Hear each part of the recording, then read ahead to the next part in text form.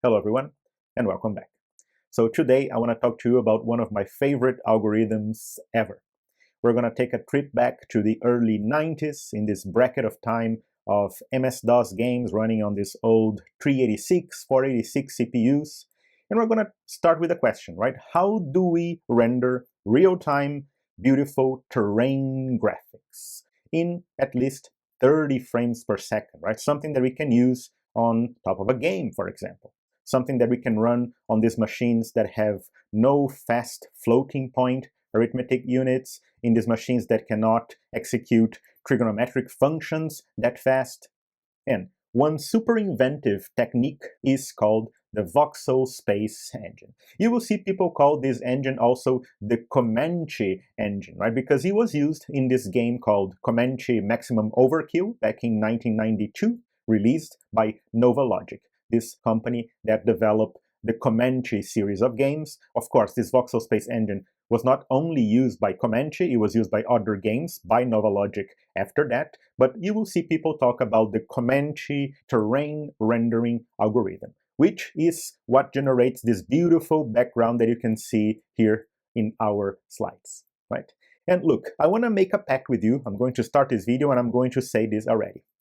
In this video, I'm going to go against everything that YouTube tells me to do in terms of algorithm and ranking videos, right? Because since I really like this algorithm and I want to give the proper attention that it deserves, I'm not going to worry too much about how long this video is going to take. I'm going to take my time. I'm going to really savor every line of code, which means that I'm going to go against every algorithm, ranking technique that YouTube tells me that I should do, but I really don't care, right? I'm going to really take my time. I'm going to give the proper attention that this algorithm deserves. It's no surprise, this is one of my favorite. Back in 1992, whenever I really understood how this algorithm worked, it really blew my mind.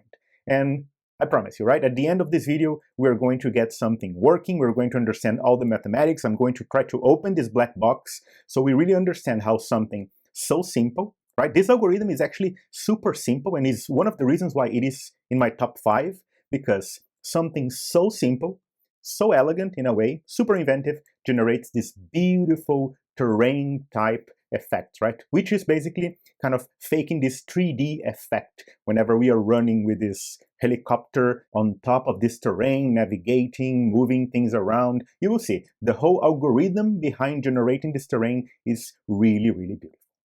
And I'm going to try to keep this as a conversation so we can evolve as we go. I'm going to start by putting things into historical context, right? Because in the late 80s, early 90s, the genesis of everything started with a programmer called Kyle Freeman. From 1983 to 1988, in this bracket of 5 years, Kyle was working at Biomed Instruments, right? And Biomed Instruments was a company that was specialized in medical imaging, right? So using computer graphics to model and to display these brain activities, working with machines like CT scans, MRI scanner machines, right? So working with this imaging using 3D graphics. And at the same time, since he was working with computer graphics, he was also collaborating with some gaming companies. For example, he was working in 1985 with a company called Broderbund Software, Prince of Persia and all those games, right? Broderbund Software, Electronic Arts in 86. And he also collaborated with a company called Novalogic in 1990.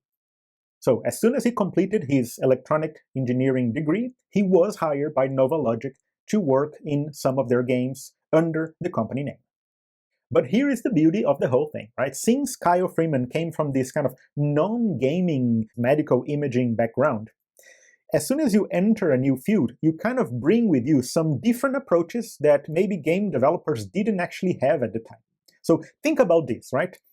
In 1990s, right, early 1990s, if you think about 3D games, right, at the beginning of the whole 3D era of computer PC games, this thing right here that you're seeing on the screen, this was the reality of the time. We were probably talking about real 3D polygons, right? So you have these triangles that you have to go and fill, you have to render pixel by pixel of these triangles, and these were proper 3D games, right? They have vertices, they have meshes, they have 3D objects, they have polygons, meshes. So for example, look at LHX, right? LHX was a game developed by Electronic Arts. It was using real 3D objects on the screen, so you have to go, project, calculate, do all this polygon, triangle, vector math behind the scenes. And all this 3D math was expensive for the computers at the time, right? So while these games were incredibly fun, they were super expensive to generate, right? Look at the terrain that we have for LHX.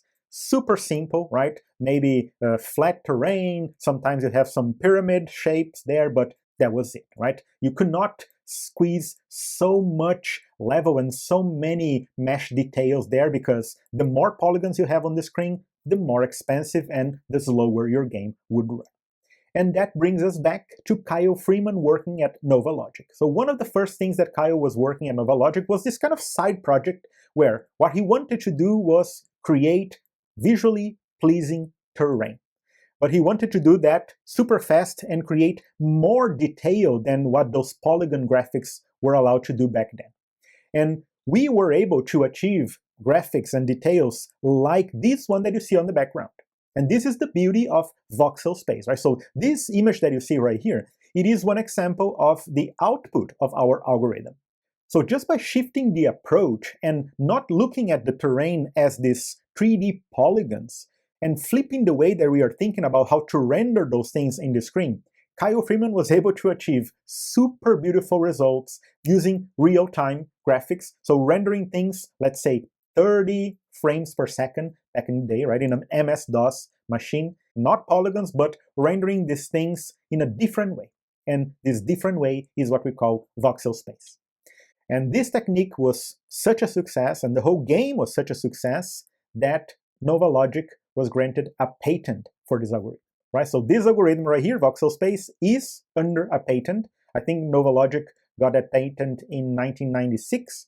And after that, they evolved the algorithm, they improved, and they actually released other games like Comanche 3, like Delta Force. So they have all these different evolutions of this Voxel Space engine throughout the years. For us, since we're talking about just an academic exercise, just understanding how the algorithm works, our goal is we are going to take our time to understand and do a high-level overview of the algorithm. So I want to explain this very high-level overview of what it means for us to generate this terrain and what are the pieces that come together. And after we understand the whole inner workings of the algorithm, I want to go open my code editor and we're going to start coding Voxel Space Engine from scratch, right? It might not be the fastest implementation, but I'm sure that it will work okay in a modern machine for now, all right? Let's start by looking at what we need, right? So what are the assets and what are the requirements that we need to generate this Comanche terrain in the screen? And the first thing that we need is we need terrain data. So this algorithm requires an input, and this input is going to be terrain data, right? Terrain information. In our case, we're going to use basically two different files. And you can think of these different files almost like images, right? So we're going to have something called a color map, which is this 2D information of terrain color. So someone has to go there and create this asset, right? We have to go and paint with the terrain color that we want to go and display on the screen. This is a 2D representation of our map color information, right? So each one of the bytes of this file is going to have RGB values. And we're going to have another file, which is going to be also a sequence of bytes. And this thing right here, I am showing a grayscale photo right here, but this thing is what we call a height map. And you can think of this height map as these several bytes, one after the other, and each one of those bytes is going to be higher value or lower value. So if it is 0, it is flat. If it is 255, it's super high, right? So in this height map, I'm going to have different height values per pixel, right? So everything here is 1024 by 1024 pixel values, where each one of those pixels, in our case, is going to be 1 byte. So I'm going to have 1024 by 1024 bytes, meaning this is 1 megabyte in total of information of color. And I have here 1024 times 1024, so 1 megabyte of information of height values, right? So what is the depth of that terrain per pixel? As you can see right here, you can think about these, right? If it is black, it is super flat. If it is the whiter or the brighter it gets, it is higher the value of that terrain. So this is what we have, color information and height map information.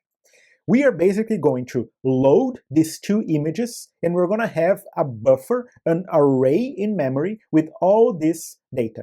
Data with color and data, right? A buffer with height values. We're going to go and loop all these pixels, fetching the information of the color and fetching the information of the height of a particular pixel in our map as we are navigating through this map. Right, so now that we have color information and height information, right, the depth of each pixel, I am going to say that we're going to have the concept of a camera in our map.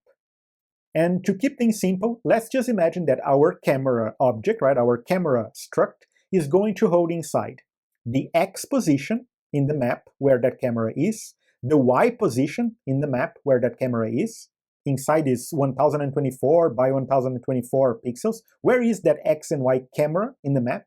And just to keep things simple, let's just say that our camera for now is always going to look up, right? So it's always going to look at this up direction. And besides an X and Y position, I want to also store the distance that the camera can see, right? So how far do we see with that camera? Meaning, how far I can see, how many pixels I can see from the origin of the camera until how far I can visualize my terrain. So this length, this distance of how much I can visualize, I am going to call this whole distance z far. Right? If you ever program graphics, we have this concept of this z far, right? So the depth, the z component, how far, what is the maximum value that I can actually see with my camera? So this length is going to be called z far. And I have also this concept of a field of view, right? So because if we're talking about how we perceive the world in front of us, we're going to have this angle of opening, right? That we can actually perceive the view in front of us. So this angle of opening, this field of view, it's going to help us achieve that idea of perspective projection, where the pixels that are really far away, they appear small, and the pixels that are really close to us, they will appear big. So we're going to have to consider that as well whenever we are projecting, right? Using that camera to start projecting things on the monitor. Right, so now that we have a camera, we have a field of view, we have these ideas of having an X and Y position, and we have the Z far length, which is how far that camera can actually visualize things. I am going to start taking this information from 2D, color and height map. All these things that are 2D, I'm going to start projecting them on the screen and rendering column by column. So this means that I'm going to start reading all this information from my camera, and I'm going to have my screen, and in this screen right here, I'm going to start projecting things and rendering, right? Painting the pixels, drawing the pixels at each pixel of my monitor, and I'm gonna go based on the pixel that I read here inside this field of view. I have to go and project and render the colors based on the height, right? So where is the height and what is the color that I paint in the screen? All right, so let's see how we do that. So the first thing that I'm going to do is, let me just move that camera. Let's just say that our camera is in the exact middle of the map, right? So you see on the left, I have a camera that is X and Y position in the middle of the color map and in the middle of the height map. So we are, let's say, 512 by 512. That is where our camera is, in the exact middle of that 1024 by 1024 map that we have, the 2D map. And as I said, to keep things simple, I'm going to imagine that our field of view is looking perfectly up in the y-axis. So I want you to think about something. We are going to start looking at that field of view, and we need to start rendering things in the display. One of the most important things that I have to define is, what is the resolution of our display? Because how many columns and how many rows means how much I have to go and start looking inside that field of view, how many pixels I have to go and pick. So how many columns of pixels are we going to work with? I am going to simplify things, and I'm going to say that we're going to use the same resolution as the old VGA MS-DOS game, right? So we're going to have 320 columns of pixels by 200 rows of pixels, right? So our resolution is going to be 320 by 200. So given that I have 320 columns of pixels, I am going to divide my field of view in 320 little segments, right? So it's almost like I'm going to divide, and you see how I have all those little dots? Imagine that I have 320 segments, divisions of my field of view, right, at the Z-far limit there. So now that I go and I divide and I have 320, which is exactly the same number of columns that I have of pixels, I am going to visit from the camera to each one of those segments, those 320 segments. I'm going to go one by one. It's almost like I am casting rays from the camera to each one of those segments. So if I have the first ray, I'm going to cast a ray from the camera to that segment there, to the first one, because I'm interested in the first column of pixels. Because based on that navigation, based on that ray, I'm going to go and visit pixel by pixel, looking at the color and looking at the height information to go and render that strip column that I need. That means that I'm going to go and render the first column of pixels, and this is super important. I'm going to render column by column from left to right. This is the information pixel by pixel by reading all those pixels that that ray that we cast is going to go. We're going to go and fetch. First pixel, look at this, draw. Second pixel, look, draw. Third pixel, draw. Fourth, 5. And then we're going to navigate all those pixels of that first ray, painting the color information at the height that we have as well. So it's the combination of two things, the color map, pixel by pixel, and the height map, where in the height we have to go and draw that pixel. Right? So this is a super high-level overview, and we're going to do that with all the other rays. So we're going to cast all these rays, we're going to look at all those lines 320 times, which is how many pixel columns I have in my display.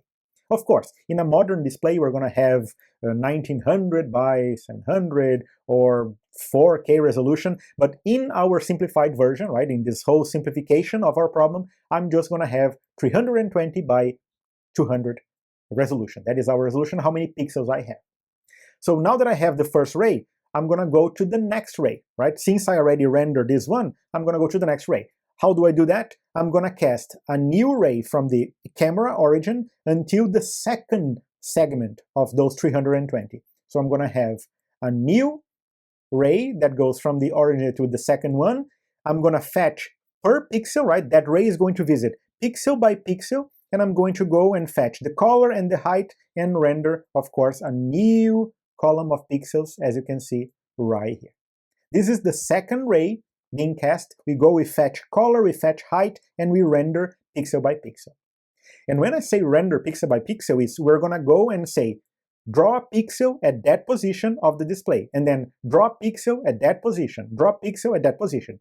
This is very traditional in the way, right, the MS-DOS era games, where we have this VGA graphics card that we can actually go and paint pixel by pixel of our monitor. Right? And as you can see, this was the second ray. We're going to have a third ray that goes into the third segment, pixel by pixel, right? One pixel by pixel, we're going to fetch color and height and draw the third ray right here. So we go and you draw the third ray information, and you got the idea, right? We're going to do that for 320 times, so we can go and we render the entire terrain. And that is going to go to the fourth ray, that is going to navigate, that is going to render the fourth, and this is exactly what we're going to do until the end. So ray per ray, 320 different ray casts. Each one of those rays is going to visit pixel by pixel, and we're going to fetch color and height map information at that point in the map, and based on that point, we're going to project those values in our VGA display. And of course, I'm saying VGA display, but you can do that with JavaScript, you can do that with processing, you can do that with P5.js, you can do that with Love2D, Lua, Pico 8, TIC80. It really doesn't matter what is the technology that you're using to render or the programming language that you're using to render. This is the algorithm. We're going to go, we have 2D maps, height map and color map, and we're going to start casting rays from left to right and then projecting things and drawing that information in our display. I'm keeping things simple. I'm not considering rotation for now. I'm not considering that the camera can go up and down, so I'm just going to keep things simple. The camera is at a certain X and Y position, looking perfectly up in the Y-axis, and we are casting all these 320 different rays, and for each ray we are fetching pixel by pixel information as that ray navigates from the camera until the z-far distance that we have, right? That is our limit, the z-far, the distance that the camera can see in front of it. The final idea is rendering all those things from left to right. And at the end, we have this amazing view that is, you see, only basing the information on that field of view and casting those rays and looking at the pixels pixel by pixel whenever that ray is tracing until we get to that z-far distance, which is where the camera can see. Do you see how I'm talking about casting rays? I just want to open a quick parenthesis here because these ideas of casting rays, right? We have this field of view and then we cast those rays. This is not only true for Comanche, right, and the Voxel Space. The idea of casting rays was also popular for other games like, if you ever heard of a game called Wolfenstein 3D. Wolfenstein 3D was super popular by introducing the idea of a ray casting engine, which is very similar to the way that we are approaching this thing right here, right? We cast several rays per column pixel of our display, and then we render pixel by pixel column, generating these walls, right? This maze where the Wolfenstein 3D player walks and shoot enemies inside. So ray casting was also popular in other games, but the way that we are approaching this is a little bit different because we are reading height and color information pixel by pixel, generating all the pixels of this terrain based on the color that we have to paint and based on what is the height that we have to paint that pixel in the screen. Pixel column by pixel column from left to right. Right? Look, people call the ray casting engine like Wolfenstein and Comanche, they call these games pseudo 3D or fake 3D or even 2.5D because they are not proper real 3D games, right? They don't use polygons, they don't use vertices, they don't use proper 3D math, right? So you don't have to go and project polygons and triangles. They don't use those 3D primitives. All we are doing is we are faking 3D on the screen based on 2D map information, right? Of course, we have this conceptual idea of depth, right? Because we have pixels that are close to us and pixels that are far away from us. But we are basically faking it, right? The projection, the whole perspective, everything has to do with faking 3D information and rendering those things as if they appear 3D. But both ray casting, right, both Wolfenstein 3D and Comanche with the Voxel Space engine, they are not proper 3D games. They are just fake 3D games, right? Or what we call 2.5D games because they are not 2D and they are not 3D. They're kind of sitting in the middle here. Right, so now that we have these things kind of starting to enter our mind and we are starting to kind of understand the very high level understanding of how we're going to approach Voxel Space Engine and how we're going to approach rendering these things right here, let's start thinking about the details, because the devil is always in the details. Let's stop here. Let's go to our code editor and let's start coding a Voxel Space Engine implementation. All right, so let's go to the code editor. This thing right here is my Unix terminal. I am in my home folder right now. I have already a folder called Voxel here. And inside this Voxel folder, I already populated with some important files that I need to implement the Voxel Space. So if I list all the files here, you will see that I have something called a make file, which is going to help us build and compile our program. And besides this make file that we're going to look very soon. We have some rules to build our program. I have all these C files that are going to have our source code. So I have a library called dos.c, dos.h. I have a subfolder called libs with some important libraries inside, and I have a folder called maps, which is no surprise is going to have those map images, right? The color map of the terrain that we want, and also the height map of the map that we want to render in our screen. And I have something called voxel.c. Voxel.c is going to be our main implementation file. This is where we're going to start creating our main function, and we're going to start using this dos.c and dos.h to render things on the display. Gustavo, what is this dos.c and dos.h? I am going to use a library called doslike, which was created by Matthias Gustafsson, which is a very easy library that we can use with the language C to go and display things on the monitor. So it is very easy for us to go use this library to create this screen buffer where I can go and paint a pixel at a certain X and Y position on the display. I can read from the keyboard. So it has all these useful helper tools for us to do whatever we want to do, right? So we don't have to worry about low-level implementation. All we really want to care is I want to import this DOS-like framework, and I want to start using to go and just paint pixels on the screen. That is what I want. And the DOS-like framework that Matthias Gustafsson created, it is very it tries to mimic the way that VGA cards used to work back then, right? So we're going to have a frame buffer with pixels, and I can just go at a certain position and paint that pixel with a color. That is what we want, right? So this is the simple idea of what we want. This is why I'm using the DOS-like framework.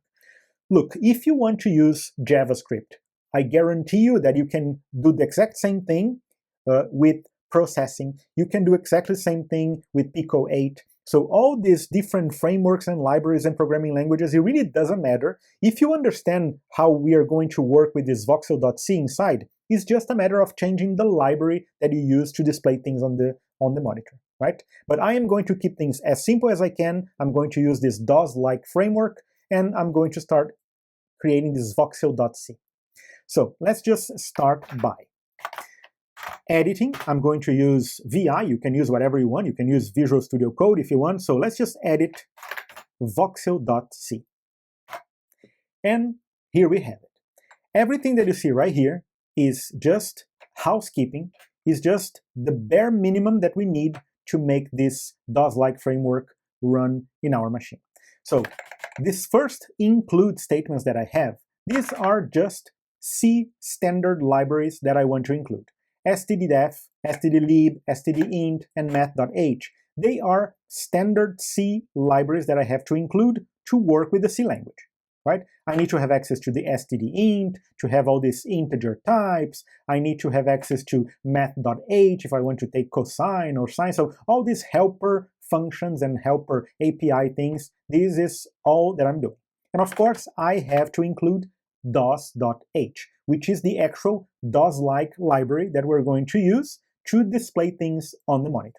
All right, and of course I'm declaring a couple of constants right here. This is pretty much the same thing as a JavaScript const. So define screen width 320, define screen height 200, nothing surprising here, just defining these two constants, screen width and screen height.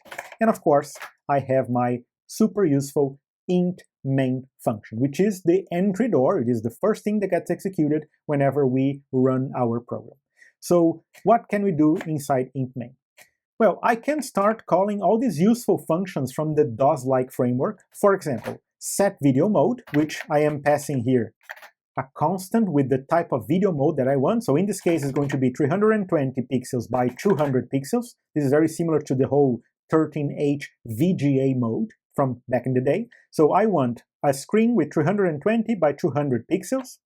I am declaring that I want to set double buffering, right? Because I want the screen to have double buffering options, so I don't see screen tearing in the middle of the rendering.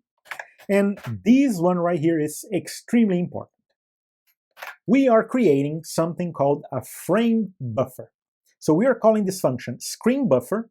This is a DOS-like framework function that returns a frame buffer in memory. A frame buffer is a pointer to a long buffer in memory, and that buffer, the frame buffer, has in each position all the pixel colors, pixel by pixel of our display. So if we want to go and paint a certain pixel, we go and we modify the frame buffer. Right? So the frame buffer is this map, is this mirror in memory of what we can see on the display. How many positions do we have in the frame buffer? Well, I expect to have 320 times 200, these many pixels. So this is a pointer, this is what we call a frame buffer. This is super, super traditional in the whole VGA type of display. Frame buffer is this map in memory, this mirror in memory of all the pixel colors that our VGA display is going to display in the monitor, right, in the screen. Do you see how I have a pointer to uint8_t? uint8 is this integer type which says unsigned integer 8 bits. So each one of the positions of the frame buffer has 8 bits, unsigned 8 bits, meaning a byte. Each one of these bytes is a color information that we have from the palette, right, the VGA palette or whatever palette that we have of colors to display. So this is why we have a pointer. Whenever you see this pointer buffer, this is pointing to the first position of that long buffer array. This is, you can think of it as an array of 320 by 200 pixels, right, positions. This is our frame buffer. We're going to use the frame buffer to go and paint position of pixels that we want in a specific position in the screen, right, X and Y on that frame buffer. That is how we're going to go and display something on the monitor. Because after we declare the frame buffer, I have what we call a game loop, right? So I have while not shutting down, I have all these things right here inside my game loop. So what is that I do inside the loop? I have some useful functions. Again, I have something called wait for vblank, because I want to wait the screen to render everything and then start a new blank frame again. So wait vblank and clear the screen. So every frame, I clear the entire screen, and I have a couple of to-dos here, which is exactly what we need to implement. I have to handle process input, I have to update objects, and I have to render things on the display frame per frame, right? So this is what I call the holy trinity of the game loop: process input, update, and render. We're going to do that very soon. And before we end, our frame buffer equals swap buffer. So this is the function that actually goes and draw things on the display, copies everything from the frame buffer to the front buffer and display things on the monitor. And then just a simple check here to if the user is pressing escape, I break the loop and I leave my game loop, right, this while block. This is pretty much what we need, and of course return 0 at the end to tell the operating system that if we reach this stage, everything executed okay, there were no errors, we can return to the operating system no errors, 0. And you actually will see modern C programmers return exit success, which is basically a constant that returns 0 anyway. So we can do that as well. And there we have it. Let me just save everything. This is the skeleton of a very simple C application that uses this DOS-like framework to create this frame buffer and display pixels on the screen. All right? If I quit, we have a folder called maps. So if I enter maps, I have 2 GIF files, and these GIF files, they are 8-bit color GIF files. And you can see here a little image of these 2 GIF files, right? So I have a color map.gif and I have a height map.gif. Of course, the color map is going to be a file where each one of those pixels is going to be a byte, 8 bits, giving us color information.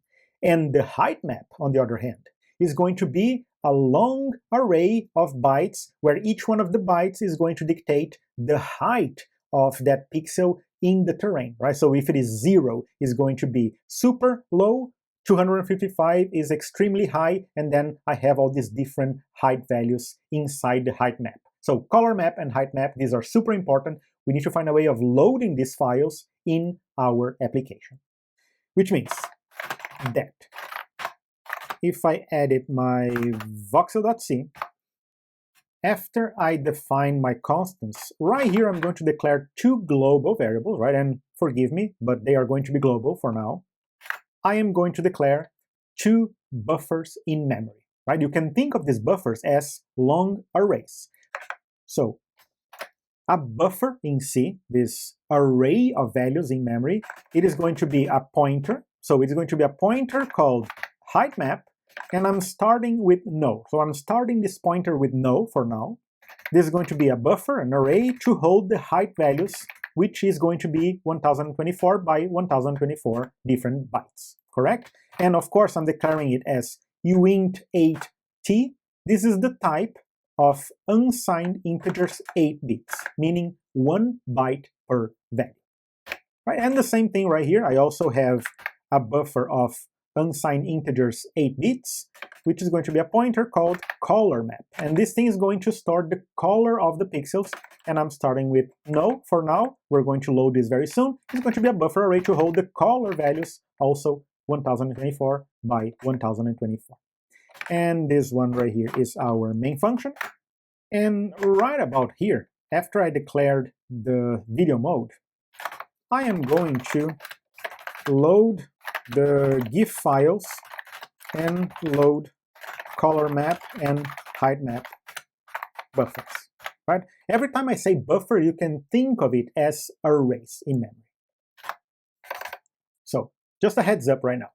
I am going to paste right now a little snippet of code, a couple of lines of code that are responsible for loading those GIF files and loading the buffers, but also setting the palette color that we're going to use based on that color map, which is these lines of code right here. So let's see how this works. So all these lines of code that you see between line 23 and line 31, the only responsibility is to go load those GIF images and initializing the color palette of the system. So let's just quickly run this through. I'm creating an array called palette with unsigned integer 8 bits as well. So the palette is going to be colors, 1 byte long each, and then I have these many possible colors, right? Which is 256 times 3 for these 3 different color components that I have. And then I am declaring 3 different integer variables here called map width, map height, and palette count. Why am I declaring these 3 integer values? Because I am invoking a function from the DOS-like libraries called loadGIF. This loadGIF is super useful. We can pass the GIF file name that we want to load, and it already initialized the parameters with the values from the colors that we find inside the GIF file. We can pass the map width, and it already initializes the map width of that GIF file, the map height, so what is the height of the GIF file. We have also the palette count, so how many colors did we find inside that GIF, and the actual palette array with the colors inside. Because as soon as we invoke loadGIF, do you see how we are returning the loadGIF function to that color map buffer pointer in memory? LoadGIF returns to color map, which is this buffer right here, this pointer right here, that buffer in memory with all the color map information, all those bytes one after the other in memory. Right? Same thing with the height map as well.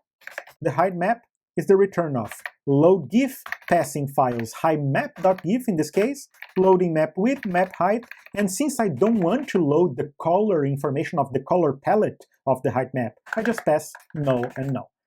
Because the DOS-like framework requires us to loop all the colors that we found inside the GIF file. So we have a for loop that goes from 0 until the pal count, right, the palette count.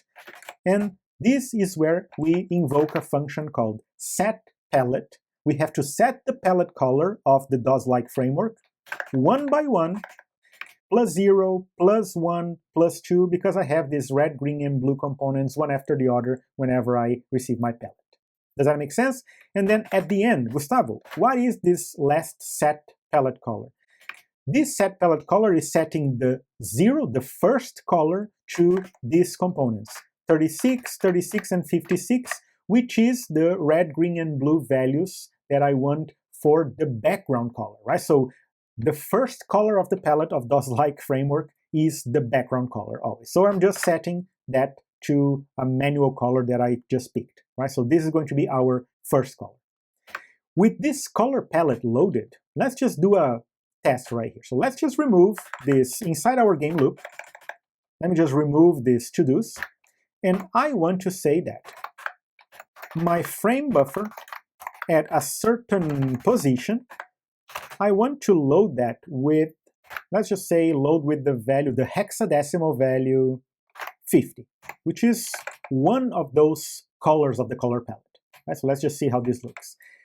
What is the position of the frame buffer? So I want to set the position X and Y, right? So I have to go to a certain X and Y position. So if I want to go to the middle pixel, if I have an X value of 320 divided by 2, which is 160, right? So the middle of X, and my Y is 200 divided by 2, which is 100. So in the middle of my screen, pixel 116X and 100Y, I want to populate at that position. But here is the trick. The frame buffer is not a two-dimensional array. It is not a table of 2D X and Y values. It is just these linear continuous values in memory. So we need to map the position X and Y, this 2D position X and Y, into this long array, right? This long buffer contiguous values in memory. How do we map from 2D to this long buffer? Well, we can do 320, which is the width of each row. So 320 times Y, which is how many rows I have, and then I have to just I go to that specific row, and then I have to offset by X, plus X. So 320, actually, let's just be smart.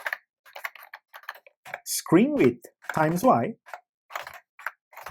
If I multiply 320 by Y, and then I add how many columns I want to go to the right, this is the formula that we're going to use to translate between 2D X and Y values into frame buffer contiguous values in memory, right? This linear, one after the other in memory, this long buffer of values. And then we're going to go at that position, and I'm setting just this value 50. I don't know what is this color, let's just see. If I save everything and quit, let's just compile our program. So to compile our program, we are going to use that makefile. So if I go and I edit the makefile, you will see that I have two different rules. I have a build rule and I have a run rule. The build rule, I'm going to use the GCC compiler, right? The GNU compiler collection. GCC, I want to compile all the C files of this folder, so star.c, all the different .c files, dos.c, voxel.c, everything that I have inside. And then I have to specify, because the DOS-like frameworks requires us to use SDL2, LGLUE, and OpenGL, and LPthread. All these flags that I have highlighted here, they are required for DOS-like framework to work. And then the last thing I have is -O. What is the executable, the output object that I want to create? I'm going to create an executable called Voxel. And if I invoke make run, this is how I execute something on the terminal, right? So /voxel. This is the most vanilla makefile that you can have. This is our build command, which means that if I come here and if I say make build, the make program is going to look inside that makefile, find the build rule, and execute for us. You see, it executed the GCC compiler with all those things, and in our case, no output is good news. It means that we probably generated our executable file. Let me just see. And that is correct. Do you see how we have a voxel file there? That voxel can be executed. And for me to execute, I could just say /voxel here on the command line, or even better, I can just say make run, which will execute that run rule that I have inside my makefile. Do you see? This is how makefiles work. You can create rules, and then you can just say make the name of the rule, and make run will execute our program. So this is us showing this 320 by 200 VGA-like screen. And if you really pay attention, we have a background color, which is that one that I manually selected as the palette 0. And right in the middle of my screen, at position 160, 100, I have one pixel there in the middle, which is a little bit different than the others. This is us setting the pixel that we want in the frame buffer, right? So we went there, we modified that buffering memory to go to that X and Y position, and we just set a certain value color there. This is us setting the scene for us to start working with our Voxel Space engine using this DOS-like framework. Again, I want to make this super clear. Do you have to use C and DOS-like? Absolutely not. You can achieve pretty much the same thing using JavaScript and whatever Canvas, Processing.js, P5.js you want. You can do the same thing with Pico 8. You can do the same thing with TIC80. You can do the same thing with Lua. So you can just pick your language, pick the graphics framework that you want. And if you have a graphics framework that you can set a certain pixel X and Y in the screen and load GIF files and do those things, you can do pretty much the exact same thing that we're doing right now. I just chose C and DOS-like because I think it is super easy. Very well. Let me just press escape, and we are back to our terminal. So vi voxel.c. Let's just come here. Let me just remove this comment. This is just us loading the color palette and loading those color map and height map information. These arrays are going to be super useful because we're going to have to fetch from the color map and the height map buffer array to know where to draw the pixels of our terrain. Load the palette based on the GIF colors and our main game loop, which is this while loop. Right, so I don't want to set just one pixel. Let's just remove everything. And here is where we're going to do some Voxel Space magic. Right? Right. First things first, I want to just come here. And do you remember how we have this idea of a camera? I need to have this object camera, right? That has an X position, a Y position, which is where is that camera moving in the map? So where are we right now looking in the map?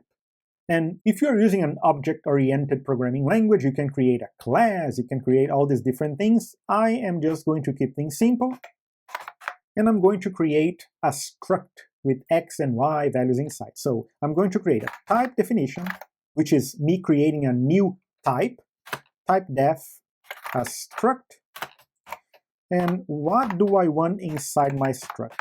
Well, I'm going to call this new struct camera underscore t, because it's going to be a new type. So it's almost like I'm creating a new type called camera. And I usually use this format of, if I'm creating a new type, I say underscore t at the end. So this is how you know that this is a type. So camera t, I'm creating a new type, which has a float x, a float y. And these are going to be floating point values which dictate where I am in the map. And we also have, do you remember how we spoke about the z-far length, which is how far in front of the camera we can actually see pixels? So we're going to have also a little float value z-far in this case. And look, I am abusing floating point values, right? So I'm going to use floating point values in our implementation. Later we can discuss about floating point values, optimization, performance, but for now I'm just going to use floating point values to make our lives easier. So in this case, x is going to be the x position on the map, right? That 1024 by 1024 position. Y is going to be the y position on the map. And of course, z-far is going to be the distance of the camera looking forward, right? So how far we can look in front of us. So this is our basic camera definition. We're going to have a new type called camera underscore t. And you know what? I'm going to go ahead and declare a new object of this type. So camera t camera. So I'm going to have a new object, a new type variable of the type camera, and I'm going to initialize. I'm going to go ahead and initialize right here. The x is going to be in the middle of the map, so 512. The y in the middle of the map as well, so 512. These are just initial values, right? So in the middle of the map, and z far, let's just start with a value here. Let's just say 400, right? So just so we have a value. So we have the y, we have the x of the camera, and we have z far. This is how I initialize a new variable of that type, camera t. And this object camera, we're going to have to manipulate as we move around the map. So let's just think about this. How do we project objects in front of us? Let's just go back here and look at our problem statement again, so we can start breaking this problem apart. We need to look at these ideas of the field of view and how do we create these 320 different points that go from left to right, filling all the column pixels of the screen view. So we start by acknowledging that we have a camera position, right? So we have now this object camera that has an x and y. And do you remember how I said that to simplify our problem, we're going to assume for now that our camera is always looking up. And this up right here, this distance, this length, I think we agree that we are calling this the z far. Right, so z far is this limit that I can see my pixels inside the field of view. This is the length z far. And to even simplify things even more, I'm going to assume that the field of view is always 90 degrees. Right, so we're going to have a 90-degree angle, 45 degrees this way, 45 degrees this way. The point here is, I need to find that extreme left point of the field of view, that lime point, do you see that green point? And I need to find this point right here, because then having the left point and the right point on these extremes, I can go and subdivide these things by 320, because then I have 320 little small points, one for each column pixel. Right? Again, given that I have a camera, given that my angle field of view is going to be 90 degrees, to simplify things or to simplify the math, how do we find that left point and how do we find the right point? Because given that I have these 2 points, I can then go and subtract and divide by 320, because then I'm going to have 320 rays. So if this thing here right here is z far, how do I find that point left there? Well, the left point, given that this thing is z far and this is 45 degrees, do you agree that this distance right there is also z far? Right, so minus z far. So point left and point right. Point left is going to be minus z far and plus z far. Right, so x and y, that point right there is going to be minus z far plus z far. So the point left, considering the camera, the point left x and y components are going to be, so what is the x? It's going to be the camera x in the world, right, in the map, minus z far, that is going to be the x of the PL, and the y component is going to be the camera y plus z far. So camera y plus z far. So we have the x and y positions of that point left of the field of view. What is the point right of the field of view? If you want to pause and find out right now, you got it, right? It's going to be the point right x and y components are going to be the camera x plus z far and camera y plus z far. So camera y plus z far. These two things right here are going to give us the point left x and y components and the point right x and y components for these two extreme points of the field of view angle that I have.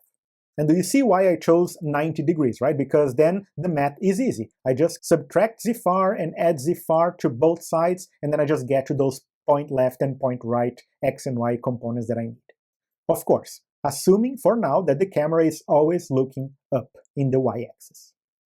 So, long story short, our leftmost ray is going to be a ray that goes from the camera until that PL, the point left, and our rightmost ray is going to be a ray that goes from the camera until PR, the point right. So let's quickly go and write this. So let's just create a float point left x, float point left y, and also float point r x for the point right, and float point r y, which is the y of the point right. So what is the point left x? Well, we have our camera dot x minus camera dot zfar, and the y of the point left was camera dot y plus camera dot zfar. Easy.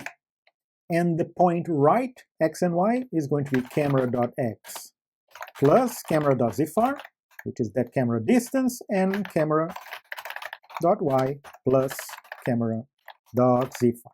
Right? Zfar is that length that is pointing up, that we can just go left and right. We find this x and y for the point left of the field of view and the point right extreme of the field of view. Very well. And do you agree that now that I know the point left x and the point right x, I need to loop 320 times to find the 320 rays that I have to go and start casting between the left and the right points? So that is basically a for loop. Let's just call this I. That is going to go from 0 while I is less than 320, right? So screen width I++. This is our for loop that is going to loop 320 times.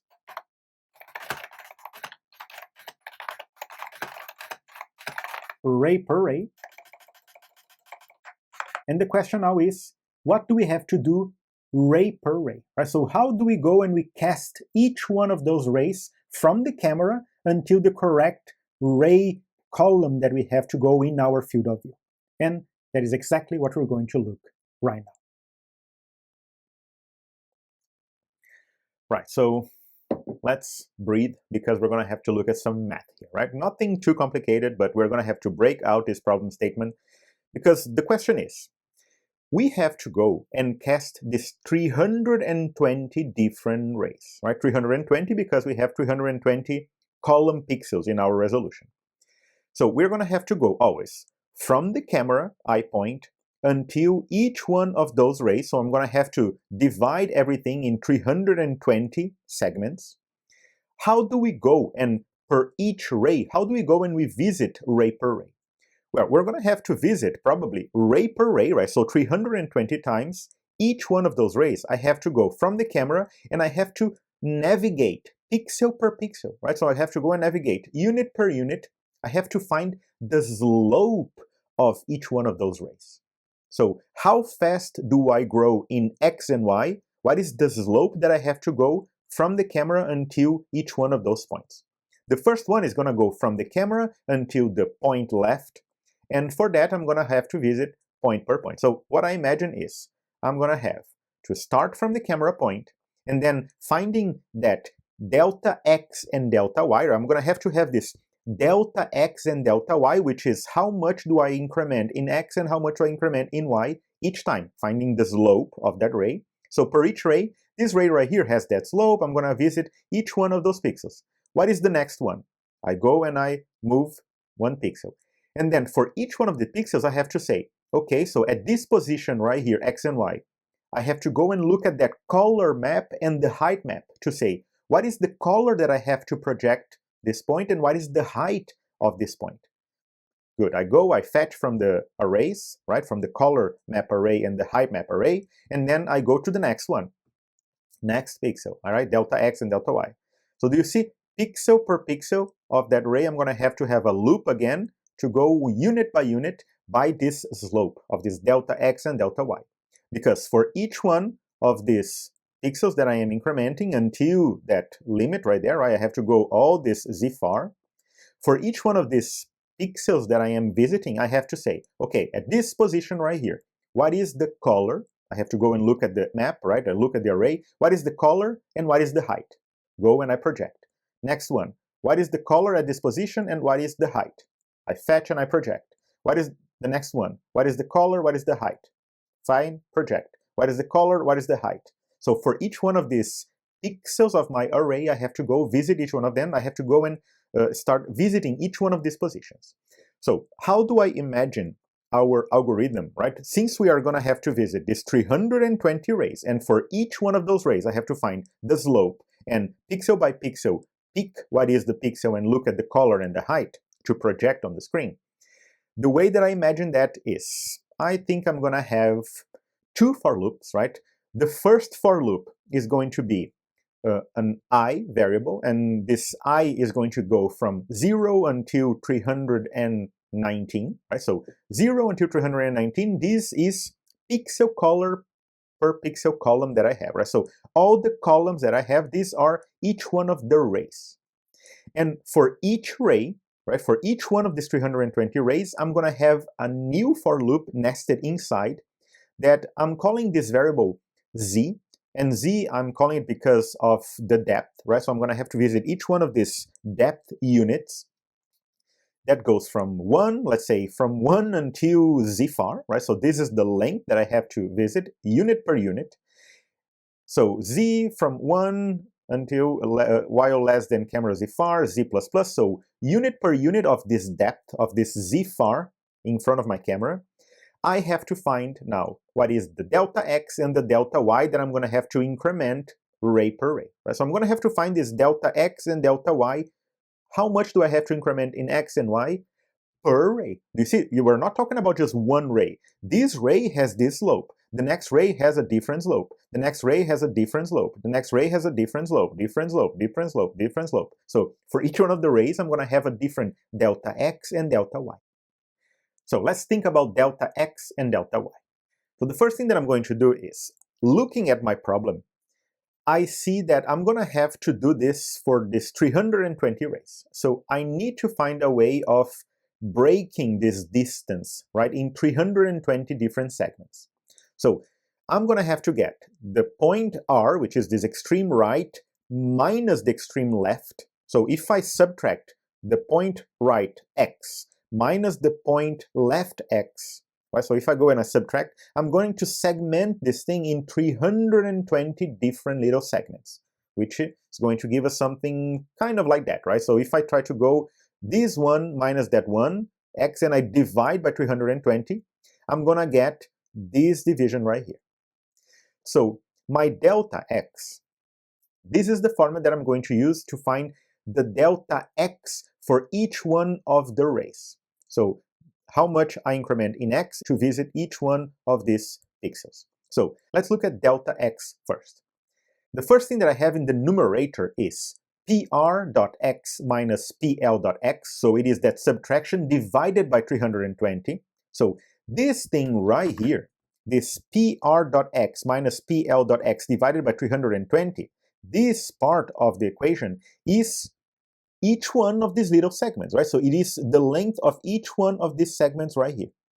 So our delta x is going to be this small segment, prx minus plx, divided by 320. So each one of these little small segments times I, because I have to, do you agree that I is the loop that goes 1, 2, 3, 4, 5, 6, 7, 8, 9, 10 until 320? So if I get and I multiply the little small segment times I will get to the correct length that I am. And let's think about this. I have to divide by the z far to find what is my delta, right? So how much I have to increment and go to x, because it is always rise over run, right? It's to find the slope of something, this delta x, I have to consider also perspective, right? I have to consider this length. So depending on each one of these rays that I am, I have to divide by the z far to get that slope correctly, right? So I have to use this equation right here for delta x, and I hope you pause right here and really try to understand, get some intuition behind the equation, right? What is prx? What is plx? Why do we subtract? Why do we divide by 320? Why do we multiply by I? And then that division by the perspective, right? By the camera z far to get that delta x. This is delta x, and it would be no surprise that delta y is going to be pretty much the same thing, but considering the y position of my points. So pr.y minus pl.y divided by 220. That will give me the little small segment, and then I multiply for each one of the columns and divide it by the camera z-far. That is going to give us that slope considering the perspective. Look at these formulas, try to understand, get some intuition, some gut feeling of why they work, because right now we're going to go and translate these formulas into code. And that should be super easy. We already have a loop I that goes from 0 until string width, 1 plus 1. I have to go now for int z. I have my depth that goes from 1, while z is less than camera.zfar, the distance of the camera, z++, so 1 by 1. Right here, I'm going to have array x that is going to increment by the delta x, and I'm going to have array y, which is going to be each one of those x and y that I'm going to visit per array, which is going to increment always by delta y. And we're going to calculate now this delta x and delta y per array. And that can be done right here between these two for loops, right? Because do you agree that the delta x and delta y is going to be always the same ray per ray? So each ray is going to have its own delta x and delta y, its own slope. So I'm going to have a float delta x that is going to be prx, which is the point right x, minus point left x, and then divided by 320, actually string width, let's just be generic here, and then everything we multiplied by I. That was the whole idea. Let's see what else. We have to remember to divide everything. I don't need this parenthesis. I can divide everything by my camera.z-far, right? To consider that perspective, to get the correct slope of x in this case. And I'm going to have something very similar, so let me just yank it and paste. So I'm going to have a delta y, which is going to be pry minus ply divided by the string width times each one of the columns divided by the camera z-far as well to consider perspective, same thing. Right, so we are going to have now this concept of array x and array y, which I'm going to initialize right here. So this float array x, what is the initial value of the array x? We start always at the camera, right? So it's going to be camera.x, and the float ry is going to be camera.y. So we start at this camera position, and then we go one by one,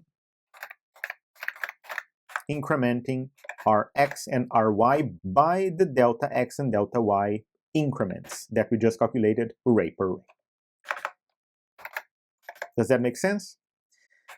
Right, so looking at it, I'm just thinking about something. Do you see how we are starting already at this camera x and camera y all the time?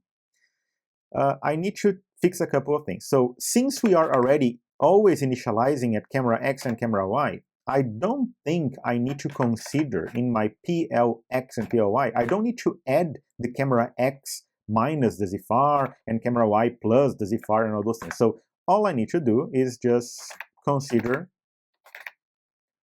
minus camera z-far and plus camera z-far, and same thing here. Plus camera z-far and plus camera z-far. So I only start plx and ply, not consider the camera x and y position, because I am initializing already. I'm already offsetting by the x and y right here whenever I initialize my ray x and ray y. Right. Oh, I think I just forgot one thing as well. This thing right here, all these values right here, I need to offset by the point left as well, right? So whenever I am in the map, I need to get, I think I forgot, I just need to come here and say, this is all correct, but I have to say point left x plus all these things, and point left y plus this displacement in y. Right, so just offsetting from the left p left y and p left x to just start from that point left to the right and start from the point left down as we go y by y. Very well. So now we are correctly finding the slope of each ray. We are initializing ray x and ray y, and for each one of those z far values, one per one, we are always incrementing x by delta x and y by delta y. And again, I am abusing floating point arithmetic here, right? I'm just using floating point numbers, and floats will do everything for us. I'm not worrying too much about float performance. Let me do a test. So if I come here and I say that at this position, each one of those pixels, I want to say that my frame buffer, I want to paint at this position ray y, right? So 320 times ray y, or screen width times ray y plus ray x. So I go at that position x and y, and let me just add the color. Let's just pick a random color here. Let's say 20 or I don't know, 90. Let's just see if this color is visible for us. Why is my editor complaining? So it says array subscript is not an integer, please. Okay, yeah, so for me to access these values of the frame buffer, they have to be integer, right? So I think ry and rx, they are floating points at this moment. Let me just cast to int both ry and rx. So cast to int. This should be enough to make my compiler happy. Yep. So now I am going, visiting each one of these rx and ry, and I'm actually going and painting at that x and y position. So I hope to see this kind of field of view type of thing, right? Let's see if that's true. But just a minute. I think if I just leave ry and rx, I think they are at 512, so it's going to be bigger than our screen. So let me just divide this thing so we can actually see. So let's just divide by, I don't know, 4. Let's just see if this is enough. Do you agree? Because rx and ry, they're going to be pixels, but we are considering the entire 1024 by 1024 map. I don't want that big. I just want to kind of shrink these values to screen size, right? 320 by 200. So let's just see how this works. If I make, beautiful, so no errors. Let's see how this looks. Right, so, well, I see something on the screen, right?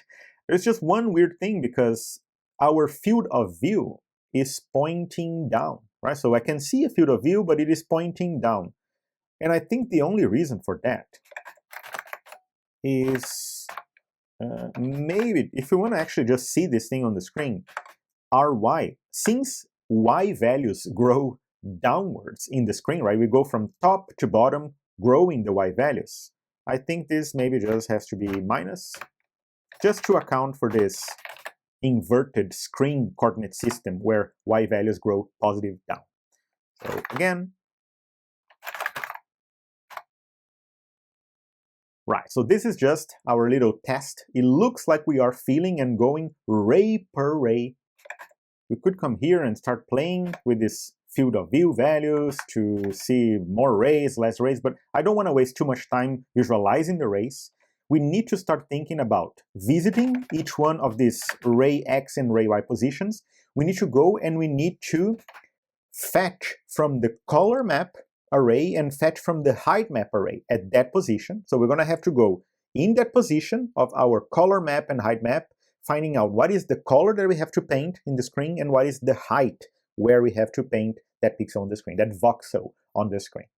Right? So the question now is, now that I have x and y per ray, right? So unit of ray per unit of ray, how do I go and I fetch from the color map and the height map that I have already loaded from our asset, right? We already loaded the color map from the GIF, and we already loaded the height map from the GIF as well. So we have these buffers in memory, height map and color map ready.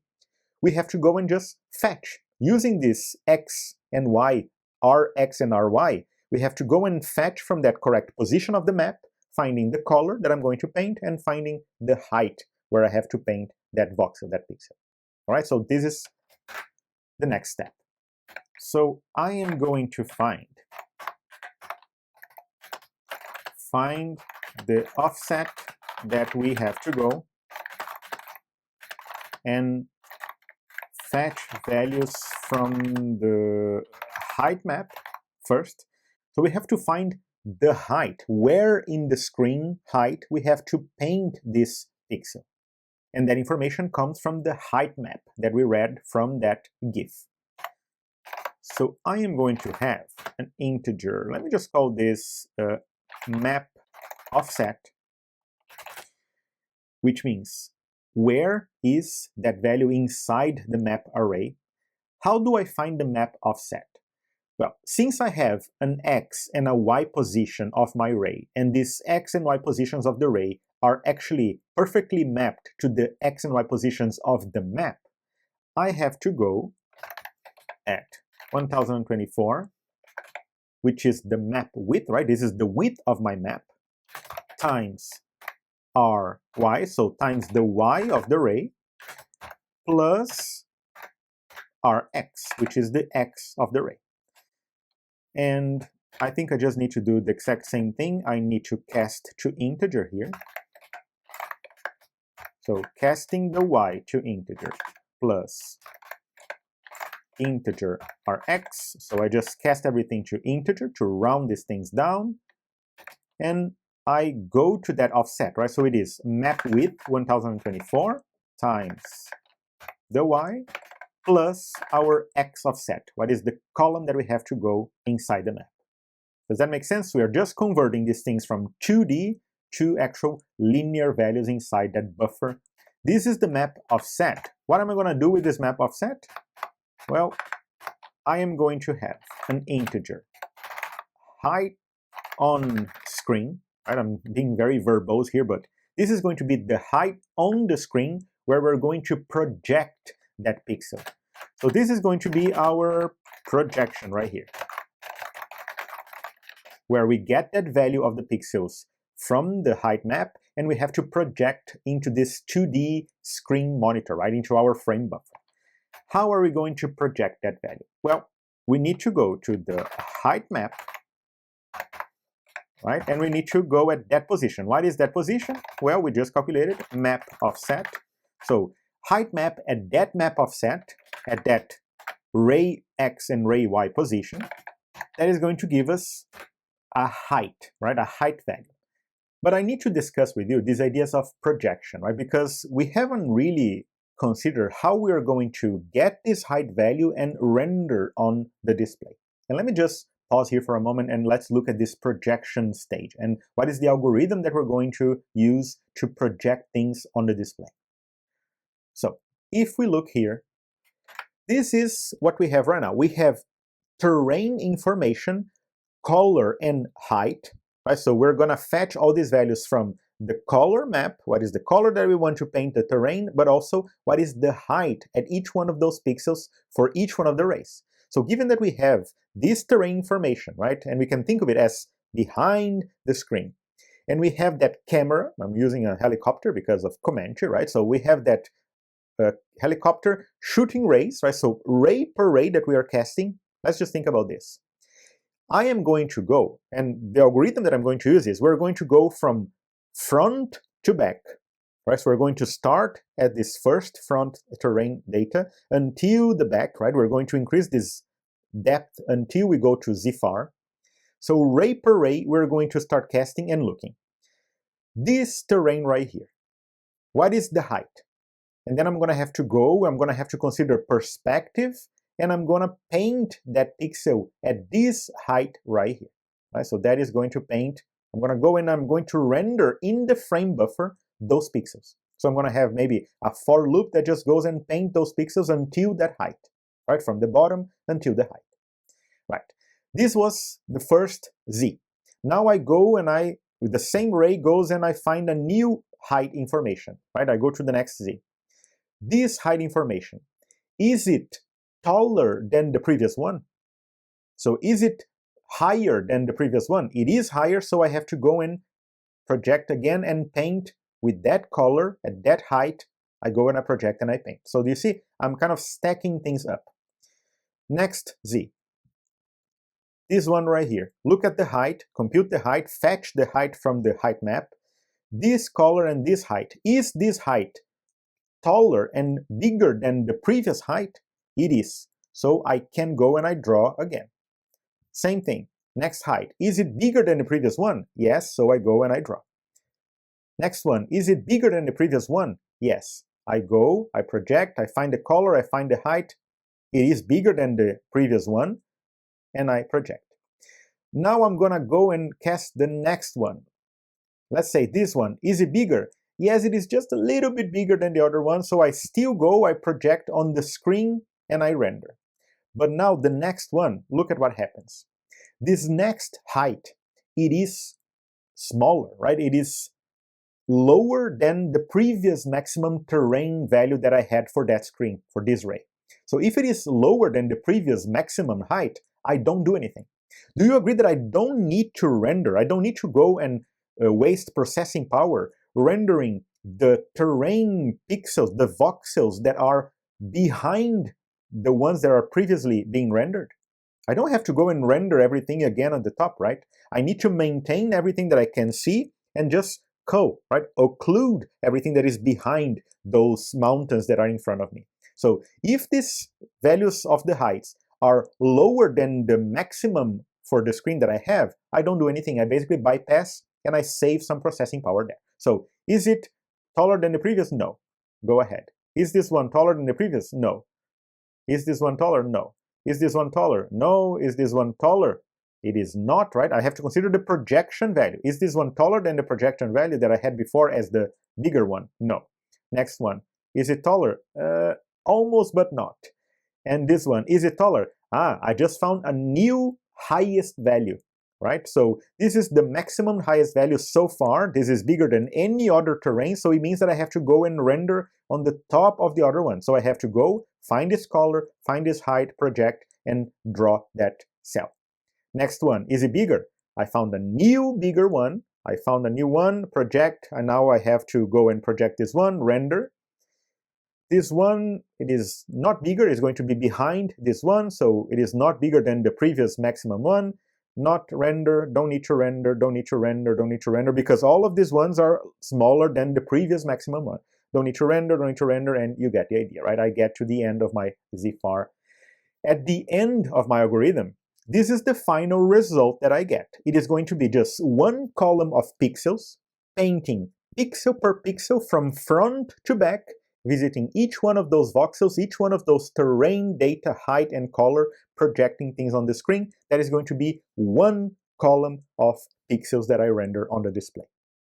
All right, so let's go back to our code and just quickly implement this logic of checking this highest value, right? We want to have this maximum height, and we can only draw if it is bigger than the maximum height. So a little bit before, right, ray per ray, right here, I'm going to store a float max height, right, this maximum projected height. I'm going to start by 0. Actually, I don't think we have to start from 0 because the maximum height so far is the bottom of my screen. Right, so this actually is going to be screen height. See if you agree with me.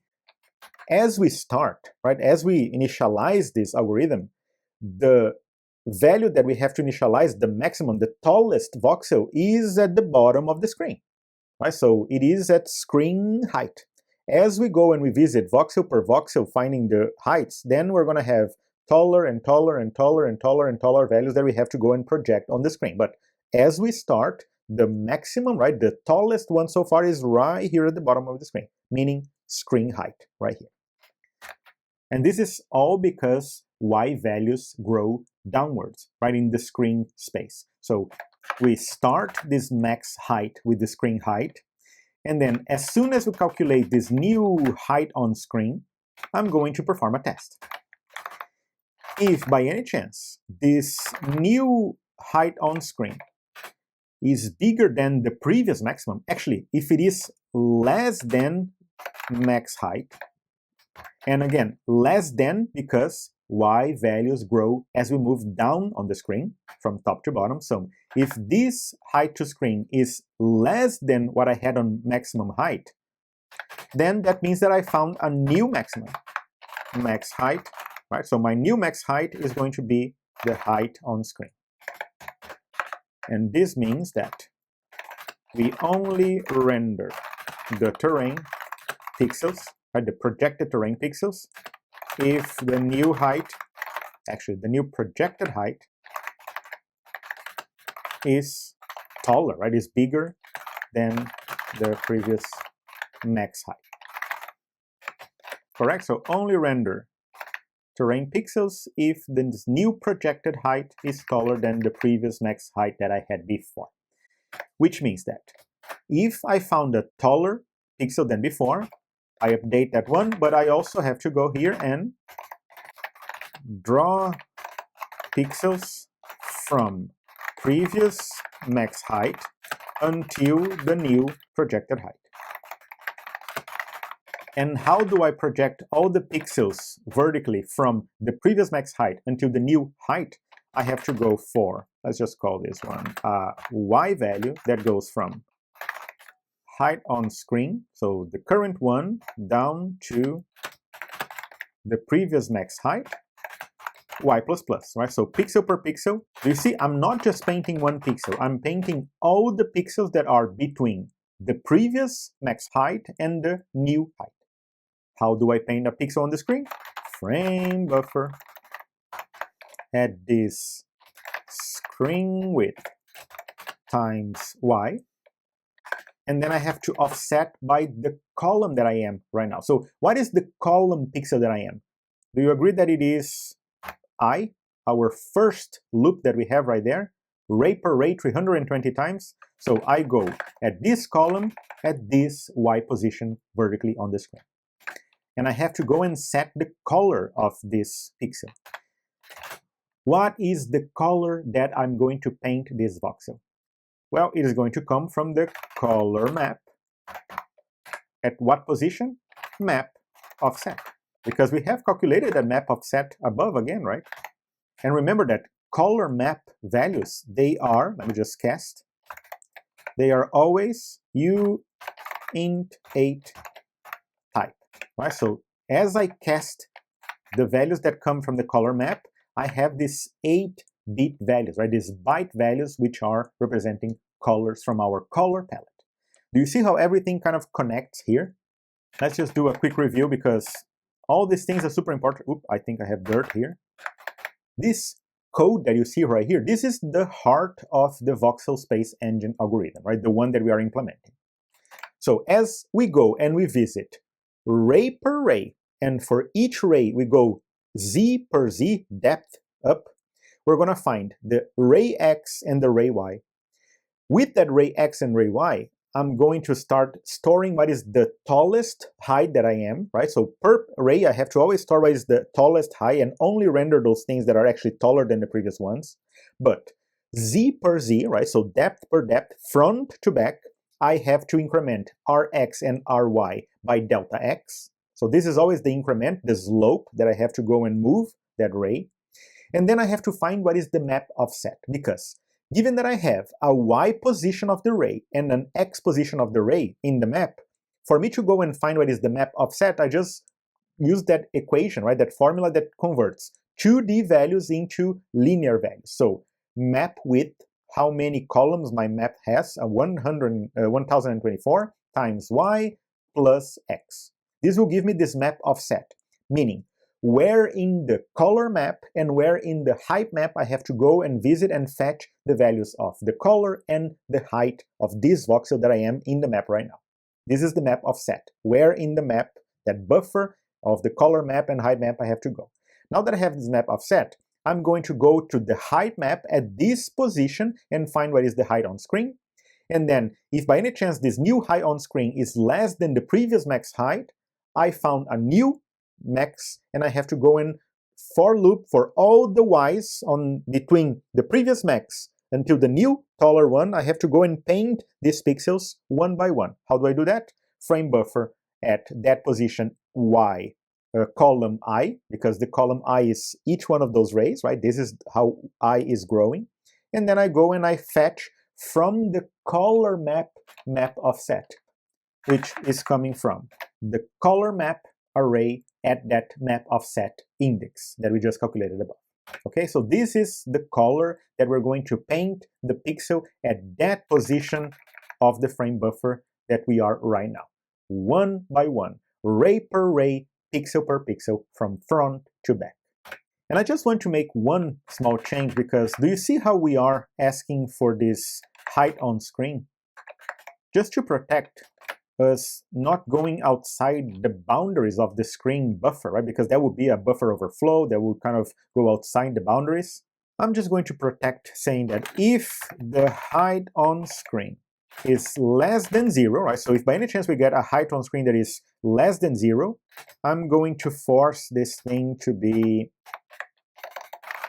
height on screen equals 0. Right, so if it is anything less than 0, force it to be 0.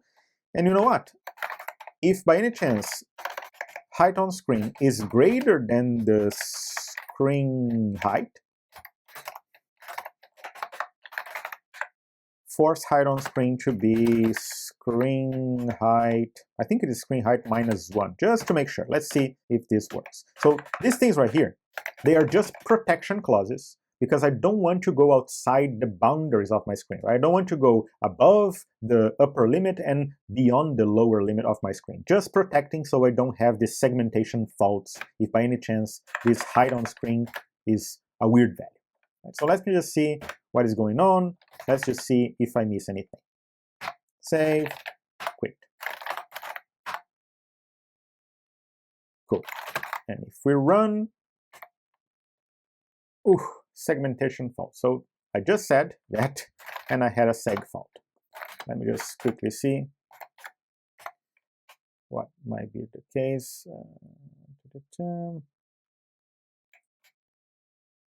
Oh, I know what it is. Sorry, everyone. The path is not files. I think it is maps. So instead of files, I think it is maps, color map, and maps height map. Sorry, just typo, my mistake. Let's see what we have. Make run, second try. So, okay, yeah, I can see some terrain information. I can see some pixels. There is just one thing that I haven't spoken to you about, which is we are not considering perspective whenever we are projecting our values. Right? There are two things going on here. We are not really considering, whenever we are rendering and fetching information from our voxels, whenever we are projecting things on the screen, we are not considering perspective. Right? The perspective projection tells us that the voxels that are close to us, right, that have this smaller z value, so the voxels that are close to us should appear bigger, and the voxels that are really far away should appear smaller. So we need to have these ideas of a perspective divide, right? We have to divide the values and scale them down as we move away and as the z values get bigger. We're going to learn about perspective. We're going to use perspective in our projection. And also, I have a feeling that we need to find maybe a scaling factor, because right now the height values, I think they are all between 0 and 255. So we need to maybe scale things up and down as well with a little scaling factor, right? To just shrink them or make them taller as we want, right? As it is pleasing to our eye. So we're going to have a scaling factor, just a multiplier, a scalar that we multiply to just scale things up and down. That is going to be basically a magic number, and we're going to kind of find what is the value that we want to scale things up and down, but perspective. And perspective is super important.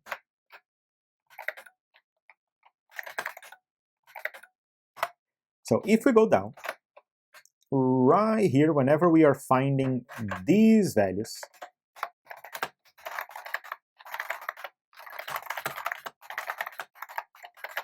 here is where we are projecting those values and finding the height on the screen. But we are not really, we're just going there and finding this raw value, right? We're not considering perspective so far. So we have to consider perspective. And for that, I want to talk to you about something super quick.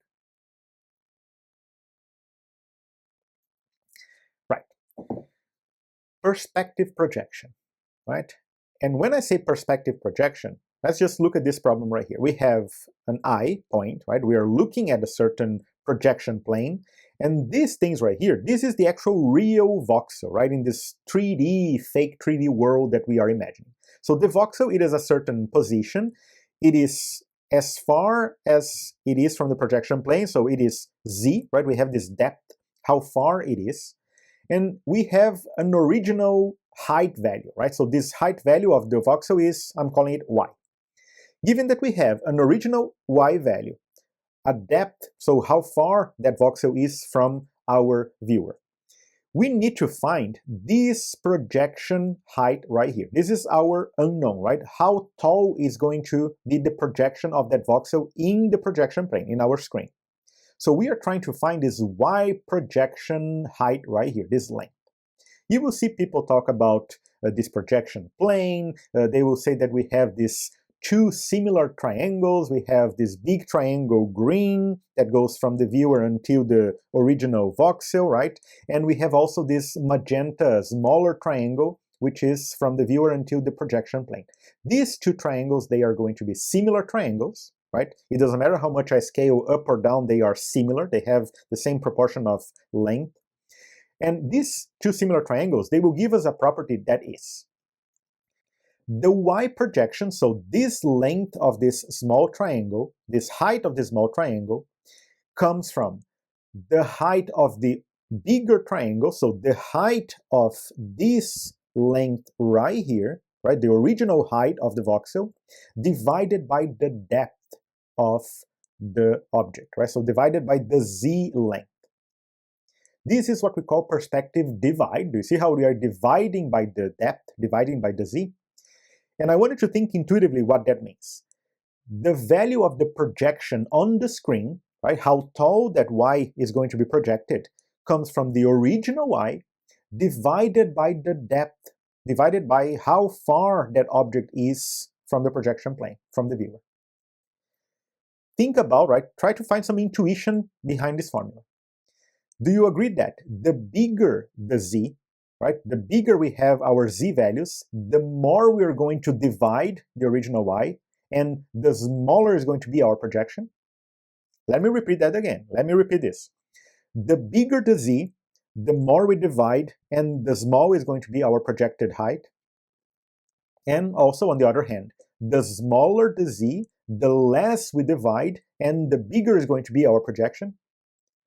Objects that are close to us appears bigger, and objects that are far away, bigger z's appear smaller. So the more z values, the more we divide and the more we shrink that object. This is perspective, and this is what perspective divide is. So we need to account this perspective divide, right? We need to divide to find this perspective effect of things that are far away, they appear smaller and smaller.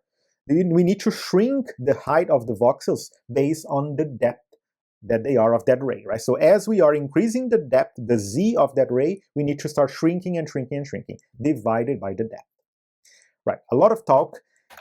If I come here and I start looking at implementation, right here where we are projecting my values, I need to divide by the depth, right? So the height on screen is the original height of that voxel from the height map, divided by the z, which is that z where we are navigating ray per ray, right? So as we are increasing the z, the depth of that ray, we have a for loop that goes from z1 until z far. One by one, we have to go and divide by that z. The more we are far away from the viewer, the more we have to divide, the shorter is going to be our voxel on the screen.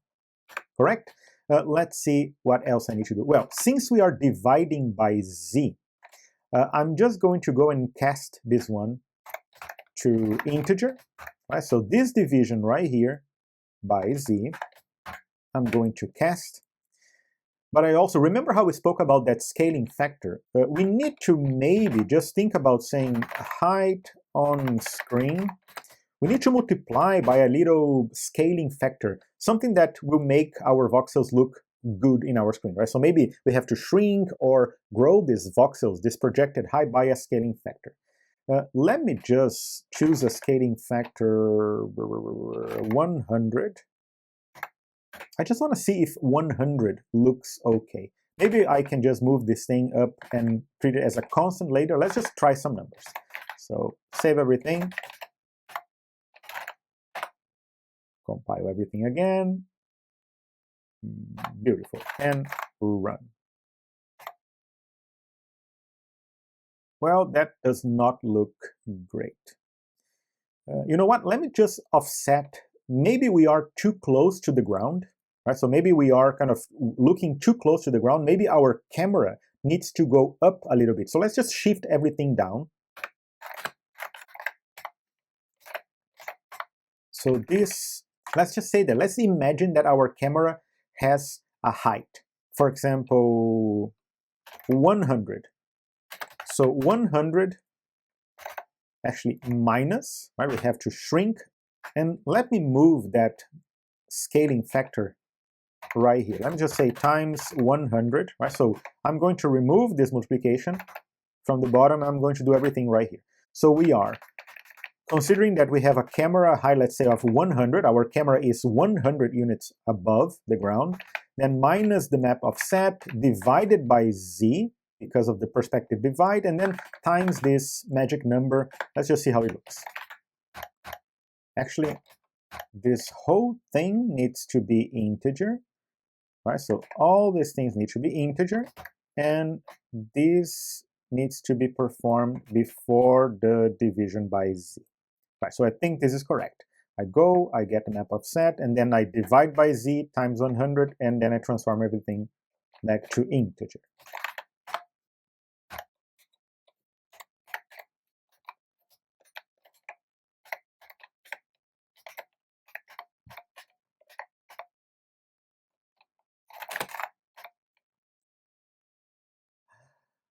Oh my God. Would you look at that? Right? After all this sweat and tears, we finally got our terrain being displayed on the screen. Right? I think that scaling factor of 100 actually looks okay. Right? So as we are dividing by z, we are also multiplying by this height scale factor 100. I'm going to leave 100, and I think the height 100 for the camera, I think that's okay as well, right? 100.0. You know what? Let me just change this one, and let's create a new attribute right here, which is going to be the height of the camera. So this float height, which is basically the height of the camera in this fake 3D world that we have, right? So the height, and I'm going to initialize the height with, let's just say 150 for now. I think that's a good value, right? So we are initializing x and y to the middle of the map, and then the height of the camera is 150, z far, and I'm going to define also a scale factor of 100.0, which is what we're using right here. So let's just change all of these things to some meaningful names.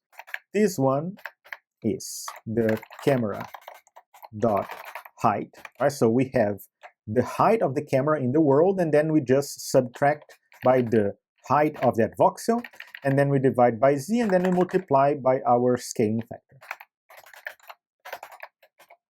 Just to give some meaningful names to what we are multiplying per what. And you know what? Before we do anything, I am tempted to do something here. Do you remember how we have our while loop, our game loop? I am going to create something called process input, which is going to be a function that I'm going to declare up here. And just to respect your time, I'm going to paste it directly. This process input function is going to process keyboard input. So process input, if I am pressing the key up, I want to change my camera Y position plus plus to go 1 unit down every time. If it is key down, the camera Y goes Y minus minus.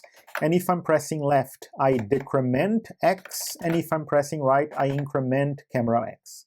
Do you see where we're going with this? I just want to navigate on the map based on the keyboard arrow keys, which means that as I increment and decrement my camera X, I'm also going to change these values every time, right? Camera Z far, camera X, camera Y, so this thing should be enough. Compile everything again and run. Right, so we can see our field of view. We are rendering column per column of our terrain, and that is absolutely great news, right? But if I press arrow up, look at that. We are navigating. Of course, we are going to reach the limit of the map, and if I go left, this is looking absolutely beautiful. All right, everyone, if you got this far, so if you got this terrain rendering right here, can I get a hallelujah in the comments? I just want to know how many of you made it to this far in the course, right? So just go in the comment section, just write a hallelujah. I just want to, this is a huge deal, right? It doesn't seem much, but look at how beautiful our terrain is being displayed, considering perspective divide, considering all these rays being casting, right? Considering the delta X and delta Y per ray, column per column of our display. That is a lot going on, but I absolutely love the result of our terrain, right? We still have a couple of things to tweak. I want to rotate, I want to move things around, but so far I think we got to a stage where we can move around the map, left, right, I can go up. Of course, we are reaching the limit of the map, right? So we got this limit right here. We're going to fix this very soon, but I just wanted to really show how we can navigate our terrain. And you know what? Even better. I can pretty much come here in our process input and change the height of the camera, right? So I can come here and say, if I press E, I want the height to increase, and if I press D, it goes down, right? So I decrease the height of the camera.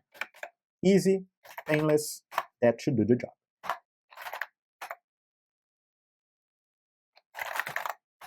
So as I am moving the map, I can go up and down, everything looking super good until we reach the limit of the map.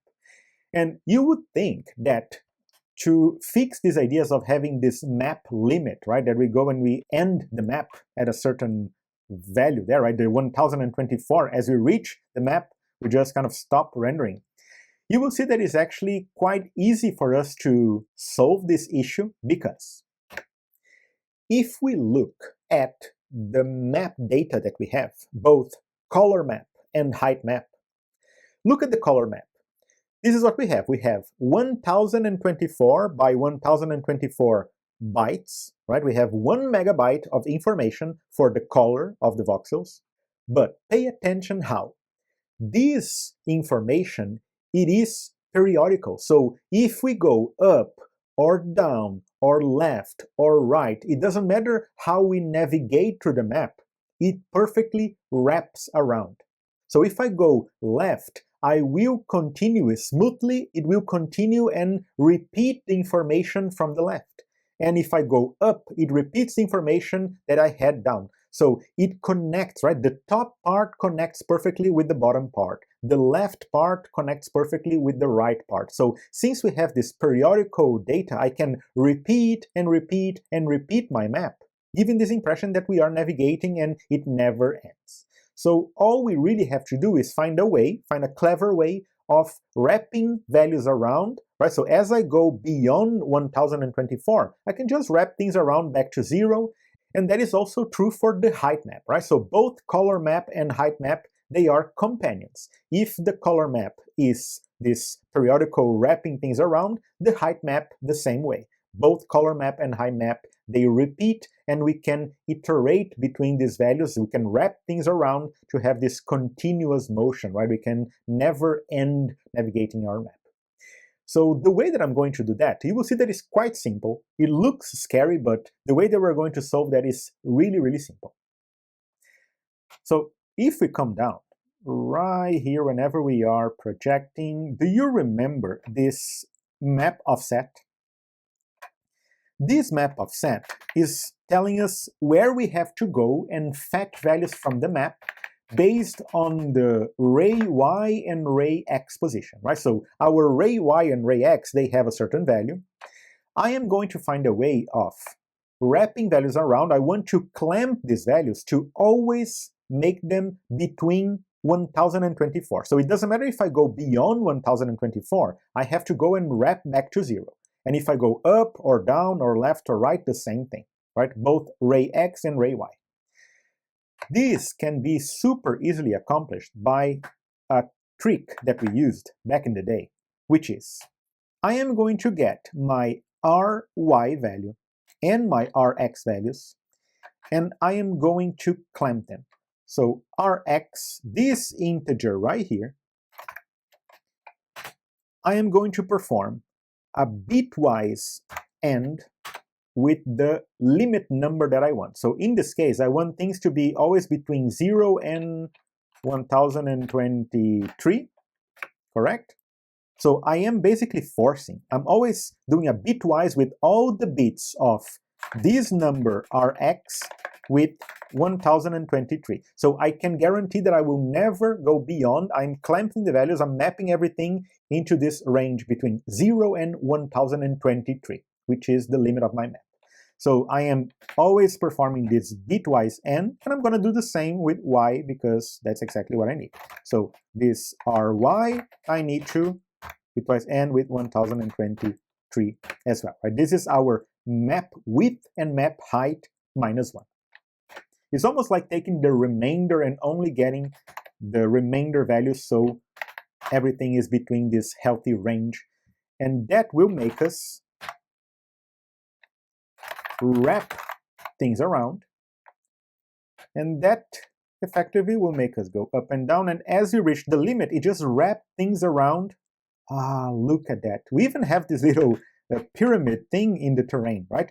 Look, I wanted to pay attention that this thing right here, it doesn't have to be this kind of smooth terrain. Our height map and our color map, they allows us to create things like a pyramid shape, right? Because if we have different height values, right? As we go up the pyramid, the height values go discrete, increasing one by one. We have this effect of this super cool pyramid right here, right? This is all being achieved by creating this height map and color map where we have the pyramid with different height values as well. And I can continue navigating up and going up my map, going left, going up. Everything is always wrapping around this 1024 length, right? Do you see how it repeats again? I'm going up again, I see the pyramid again. And as I go up, we have 1 megabyte of data, right? Color information and height information for our terrain. And this is super, super cool. We have the reverse, everything is being achieved by the genius of the voxel space terrain. And I don't know about you, but this is absolutely mind-blowing, right? The fact that we are not using polygons, we are not using vertices, not using proper 3D map rotation, translation, scaling of polygons and vertices. There is no real 3D math going on right here other than projecting and faking those 2D values, color and height, and projecting things on the screen. We are basically cheating and tricking our eyes into thinking that this information is 3D. But we are, of course, just projecting things so it looks like these things are 3D. And of course, you can see there in the distance, we have our Z-far, right? That is the maximum that we can see from the camera. We can increase Z-far, decrease Z-far, then we can see how we can approach things from here. Very well. So look, like I said, this is absolutely great. I just want to push things a little bit further because do you see how we are only kind of panning left and right, front and back? What about rotation, right? So how can we actually go and rotate? How we can give an angle of view for our camera, right? So our camera should be able to go and rotate left, rotate right. We should be able to have this kind of rotation effect as well. And the way that we're going to do that is we are going to come here. We are going to go up and we are going to give our camera another property, which is going to be called float value as well, right? Remember, everything is float in our implementation so far. So a float value angle, right? Since we're talking about computer programming, this angle is going to be given by radians, right? It is not degrees. These things are being stored in radians. So this is going to be the camera angle where our camera is looking at. This is going to be radians, and I want to pay attention that this is clockwise, right? Because if we usually think of mathematics and the way that we think about the unit circle, right, rotating around the unit circle, we usually think counterclockwise, going up in the x-axis, but in the case of most computer graphics frameworks, the angles, they grow clockwise, going down. And that is going to be important whenever we are taking the sine and cosine, so we have to just take into account the fact that it is clockwise orientation. So as our angles grow, they grow downwards clockwise. Let me just think about this, right? So as we have the camera height, let me just add a dot zero here so we know that these things are float. The angle of the camera, I am going to start the angle of the camera with 0.0. So we are not going to look up anymore. If the angle is 0.0, it's probably looking to the right with no rotation. As this angle increases, then the rotation grows downward clockwise. But we start with 0.0. So now we are not looking up anymore. We are thinking that our camera is looking to the right on the map. This is our initial angle. Okay, and that also means that we're going to have to think about changing a couple of things right here. Because, look, delta x and delta y, both delta x and delta y, they are considering that slope of the ray, already considering x and y. Right? So if we have the x and y correctly set, the slope should be okay. But what we need to change is this simplification that we just assumed that the camera was pointing up. So we just went minus camera z far, plus camera z far, right? So we just went to this minus plus and we went to the PL and P right points left and right. We're going to have to fix this thing right here. And the way that we're going to have to fix this thing is we need to start thinking about that angle. As the angle increases, how do we find point left and point right based on the camera angle? Right? Because as the camera angle changes, the point left and point right are going to be in different positions. So we need to account for this angle to find where this point left and right is of the field of view. And the way that we're going to do that is by looking at some trigonometry, super simple. And let me show here my web browser, because for us to understand really what is going on with this rotation and how we change the field of view points based on the rotation angle of the camera, I wrote a quick JavaScript animation here, right? So I'm using P5.js. It's just a quick thing to draw some lines, see the map moving on top of this map. So the scenario that I have right here is our camera position is sitting at the origin of our coordinate system, and we are looking, right, this is the angle of the camera looking to the right, and this length is z far. And given that we have this configuration, now our point left is right here, and our point right is sitting right here. But we don't want this camera angle to be static, right? We want to rotate this thing around, moving on top of our map. So let me just come here to my script and increase my angle 0.03. So as this camera angle increases, right, rotating clockwise, so does my point left and point right points, right? Because they have to obey this rotation of the camera angle. As I increase my rotation right here, I have to change point left and point right according to this z far length right here. How are we going to achieve this change in point left and point right based on the camera angle? Well, to help us with that, I am going to say that my angle is always minus 1.0.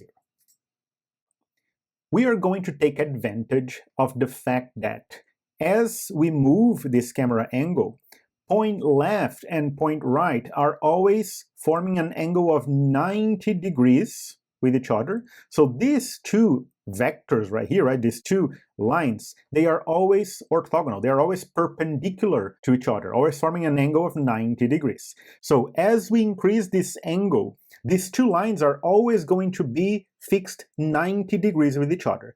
It's very easy for us because we can use sine and cosine to achieve this point left and point right position only based in cosine and sine. So we can add cosine, subtract sine, and playing around with sine and cosine, we're going to be able to achieve the position x and y of this point left and position x and y of this point right, only based on this camera angle sine and cosine values. And for that, let me just come down here and enable a couple of things that I have. I have some helpful lines and information that we can display based on the sine and cosine of that angle. So just as a quick review, the cosine of this camera angle, right, this white line, this is the camera angle. The cosine is always the projection here on this x-axis, right? So the cosine is always the ratio between the adjacent side of this triangle over the hypotenuse, which is the z-far. And on the other hand, the sine is always the opposite side, this one right here, divided by the hypotenuse z-far. So cosine is this base, sine is this value right here, and the beauty is that sine and cosine, they are going to increase and decrease as we are moving around our rotation angle. So if I increase by 0.05, let's just see what happens to sine and cosine. As our camera angle increases, cosine and sine, they change, right? So cosine can become negative growing, sine decreases and increases up. So as this angle rotates clockwise, the sign of cosine, sine, everything changes, and the range of values between cosine and sine is always between -1 and 1.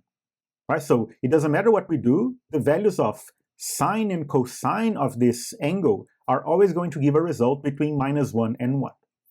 So if we just play around with the math, right, as cosine grows, as sine shrinks, as sine grows negative, as cosine shrinks and becomes negative, we will be able to find point left and point right just by applying these formulas that I already wrote right here. So the formulas are pretty simple. The point left, x, comes from the value of the cosine of my camera angle, and I'm always multiplying by z-far because I want to scale things by this length right here, right? I want these points right and left to always be scaled by this angle right here. Since cosine and sine always give us as values between -1 and 1, I need to go and scale them by z-far to get to my points. So let's just give a smaller value, 0.001. Now it is a lot slower, so we can actually see what happens to the sine and the cosine. And as this angle right here increases and rotates clockwise, what happens to the point left? Well, the x of the point left is going to come from the cosine of that angle times z-far plus the sine of that angle times z-far. So cosine plus sine is going to give us this x value right here. And the y of this point left comes from the sine minus the cosine of the angle. So the sine minus the cosine of the angle will give me the y of this point left. So you can pause and try to see if you find some intuition between what happens as this angle grows and how do we add or subtract sine and cosine from these values, right? Given that these two things are always perpendicular to each other, and finding this 45-degree change and 45-degree change to the other side becomes easier just by playing around with sine and cosine. And the point right, it's kind of the same thing, right? Playing around with sine and cosine, the x of this point right comes from the cosine of that angle times z-far minus the sine of the angle times z-far. So that will give me the x value of this point right. and the point right y comes from the sine plus the cosine of the angle. So if I add sine plus cosine, I will get to the y value of this point right here. Do you see? The beauty is in playing around with sine and cosine.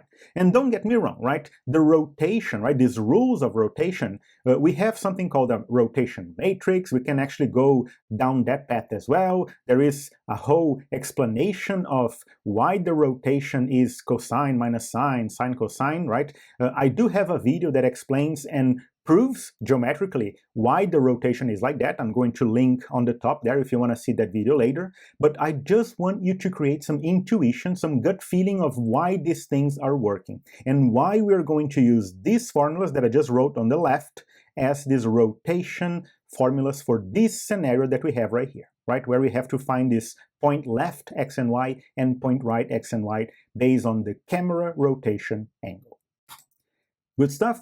So all we really care right here is this part right here, right? It is the formula, how to find Lx and point Ly, point right x and point right y, based on the cosine, sine of that camera angle, and of course multiplying always by z far to scale by that distance that we have of our camera angle. Now that we try to find some intuition between that rotation, I'm going to say that my point left x is not just minus the camera z far. We're going to have to find the sine of the angle, which is of course the sine of the camera dot angle, and the cosine of the angle, which is the cosine of camera dot angle. Okay, so now that I have two variables, one with the sine and one with the cosine, I can find the PLX, which we know it is cosine of the angle times the camera distance, which is that z far, plus the sine of the angle times my camera dot z far. So cosine plus sine is how we get the x of the point left, and the point left y came from the sine of the angle times camera z far minus the cosine of the angle times camera dot z far. Right, and now we have to go and look at the right, which we also learned from before, which comes from the cosine of the angle times camera dot z far minus the sine of the angle times camera z far, and the y of the point right comes from the sine of the angle plus the cosine of the angle times camera z far. Do you agree with me? And all we really need to do is find a way of changing the angle of the camera as we rotate. So we need to find key left and key right. So now our keys are going to change a little bit.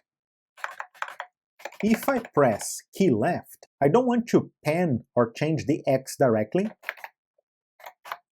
All I want to do is basically camera dot angle, right? So if it is left, the angle have to decrease. Let's just decrease by an amount. So let's say 0.01 radians, right? So if I go left, I decrease. If I go right, my camera angle changes. So the angle to increase 0.01. And if I think ahead, key up and key down, I cannot just change y directly, right? I have to consider where is the angle that I'm pointing at. So for me to go up and down, I have to find what is the displacement in both x and y that I have to change based on the camera angle. So look at this illustration. Given that I have a certain camera angle pointing at a certain direction, what is the displacement x? The displacement x is the cosine of that angle, and the displacement in y is the sine of that angle, right? So we just project in x, that is the cosine. If we project in y, that is the sine. So for us to change the camera x and y, now, if we come back here, if I press up, the camera dot x is gonna come from the cosine of the camera angle, and the camera dot y comes from the sine, right? So sine of camera dot angle. This is how I find the displacement, how much I need to displace in x and y, considering, of course, the angle of the camera. And I have to, of course, increment x and y each time. And I'm going to do something very similar to this one right here whenever I press down, but instead of incrementing every time, I can just decrement and decrement, right? So key up increments by the cosine and sine, key down decrements by cosine and sine. Right, let's see how this looks. If we make, and if we make run. Right, so we have our terrain. If I start rotating to the left, okay, that looks good. Rotating to the right, maybe we have to increase that z far, right? Because we can see that clipping at the far, the z far there in the distance, it's very pronounced. And if I go into this direction, I go up, I can rotate. This is absolutely beautiful. That's great news. So we are correctly loading the terrain, we are rotating, and our displacement in x and y also considers the angle of the camera. Look, we are getting there, right? This is looking absolutely great. We have our pyramid, we have all these things. Let's see what else I can do. I want to increase that z far distance, right? So I want to just go up. Let's just say that my z far, instead of 400, let's just put, I don't know, 600. Yeah, that should do. And let me start my camera not at 0, 0, but let's just always start looking up again. How do we set this angle looking up? Well, looking up is going to be 270 degrees looking up, right? Because if the rotation is clockwise, I have to go down and then go to 270 degrees looking up. 270 degrees looking up is 1.5 pi radians, right? It is going to be 3/2 of 180. So this thing right here is going to be 1.5 times pi. And we could get pi from math.h, but I'm not going to do that. I'm just going to say 3.141592 something. Right? So this is basically 270 degrees, but converted to radians, right? I think that kind of makes sense. Comma. Right. So we're getting there. And one final thing that I'm tempted to add in our simulation, which is whenever we are talking about camera movement and flight simulation especially, we talk about degrees of freedom. So how many degrees of freedom we have with our camera? Most flight simulators, they have this kind of 6 degrees of freedom, right? We can roll, pitch, and yaw, right? We can rotate things around the z-axis, we can rotate things around the y-axis, and rotate things around the x-axis as well. So these 6 degrees of freedom, we do not have 6 degrees of freedom here, right? We cannot achieve 6 degrees of freedom. We cannot just crazily start rolling the camera or going up and down like that too much, right? We have this kind of constrained environment, because if you start rolling and pitching and yawing the 6 degrees of freedom, everything is going to distort, right? Because we are basically casting rays, this 2D view, and we are casting column by column. If you start rolling, everything is going to break our projection. So this is why, this is one of the reasons, right? Whenever Kyle Freeman started coding this terrain visualization right here, he didn't know that this was going to become a helicopter game. But as we started looking, it kind of makes sense why a helicopter fits very well, right? The way that a helicopter moves, you cannot crazily rotate a helicopter, in this kind of z-axis, or rotate too much in the y-axis and x-axis. So this constrained movement of a helicopter fits very well with this whole simulation. And here is what I think is a genius move, right? The fact that we are limiting our problem, and by limiting our problem, by not having this pure, real 3D rotation with polygons that we can rotate math, we are basically constraining, right? We have this constrained limitation of the system, and the movement of a helicopter just kind of panning things right, rotating left, rotating right, just maybe slightly shifting things up and down. Limiting this movement was crucial for the Voxel Space engine to work. And I think this is one of the big wins and why we got so much out of this engine in a game like Comanche, right, back in 1992. But that being said, I want to invite you to look at Comanche, right? So look at Comanche running here on the screen. Do you agree that we do have these ideas of tilting the camera up and down a little bit, and we also have this kind of tilting to the left and right, right? So it basically distorts the voxels a little bit to the left and right to give this impression of tilting things to the left and right, and also tilting up and down. Right? So not just moving and panning front, back, left and right, and rotating left and right. We do have this slight tilting going front and back, right? We can just kind of go up and down with the camera a little bit up and down. So this distortion, right, just looking up and down, right, changing the horizon where it starts up and down. If we come here, I can create something. I can create a new property in my camera, which is, let's just call this thing the horizon. So float horizon. And this thing is going to be offset of the horizon position, right? So basically looking up and down, right? This rotation around the x-axis, pitching a little bit up and down. The horizon means how much we want to offset and displace up and down the voxels as we look up and down. So I'm going to say that we're going to have a horizon value that is going to be, I don't know, let's just say 100.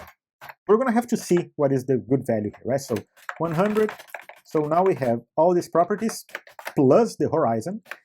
How is this horizon going to play a part? Well, if I press a different set of keys, so let's just say that if I press Q, I want to look up. So my horizon plus 1.5, let's just give a certain value here. And if I press W, I want to decrement that horizon shift. And the way that this works is in our projection, right? Whenever we are projecting our points, remember, right about here, and you know what? Let me just do something. I don't like this name hide on screen.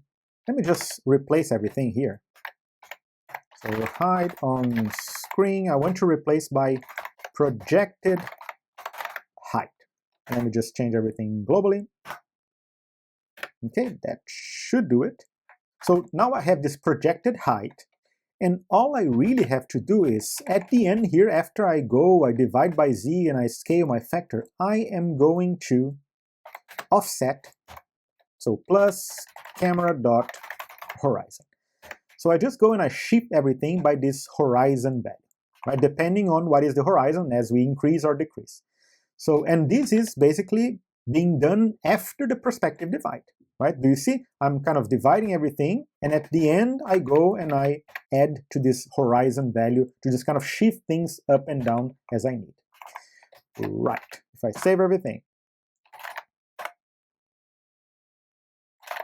I should be able to press Q and W to go look up and down. So do you see, we're basically just changing the horizon on how we look at the map. I can still rotate, but I can go look up and I can look down now. This is how we can achieve this kind of tilting, right? So I can just look up and down and everything else still works, right? Going up, I can, of course, go down with my camera, I can go up. Remember, I can change the height of the camera. I absolutely love this effect. We can go down here in this little valley. And I wanted to pay attention. Do you see these voxels, how they get distorted as they get close? This is just normal voxel terrain engine artifacts, right? As we get closer, we sample less and less pixels, and then everything just gets these huge voxels, these huge pixels projected on the screen. But at the end of the day, if you kind of move up, you kind of see a beautiful terrain in front of us. Again, the beauty is we don't have polygons, we don't have any proper 3D map, just relying on the fact that a helicopter, if we just kind of move a helicopter up and down, just tilting things around, right, moving up and down, this is how we can achieve. This is very similar to how a helicopter moves. So we don't have this crazy rolling left and right around the z-axis. We don't have this crazy pitch, this crazy yaw. Everything is controlled because of how a helicopter moves.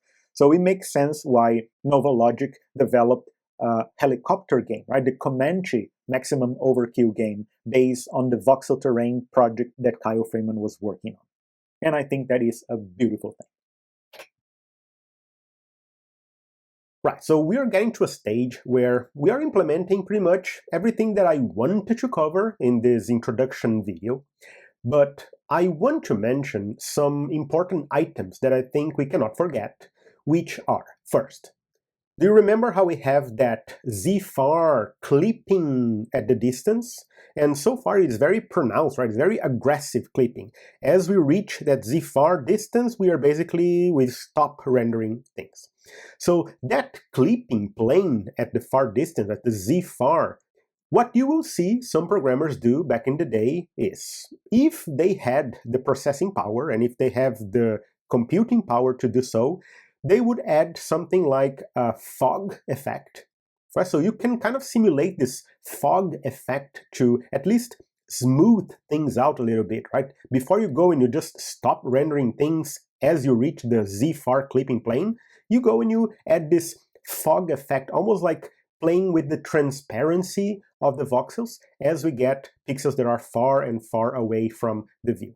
Right, so the more distant we have a pixel, the more transparent, right? The less opaque that pixel is going to be displayed on the screen. So if you have the computing power and the color palette to play around with this transparency, then you can do so. You can achieve this fog effect, and that was super popular back in the day.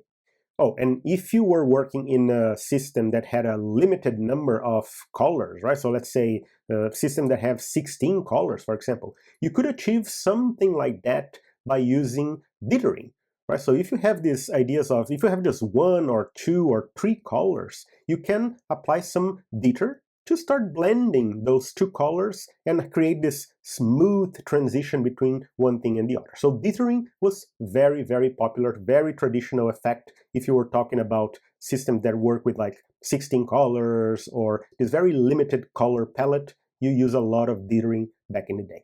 That would be one option. Right. The second item that I want to mention in our conversation here, we are not going to implement this, but I just want to point out that remember how we were basically changing the horizon up and down by pushing things, right? Distorting things up and down from the camera view? We can achieve something similar. If you look at Comanche, you have that leaning to the left and to the right, right? So you have this very small tilt to the left and to the right. We can achieve something like that by creating this distortion, right? We have to create this offset, this tilt offset, where we can basically just start leaning to the left or to the right. So this snippet of code that you can see right here is me creating this little factor, right? This lean offset that is based on something called a tilt factor. This tilt factor is going to be basically a variable between -1 and 1 that is going to dictate how much to the left or how much to the right we want to distort things, we want to roll.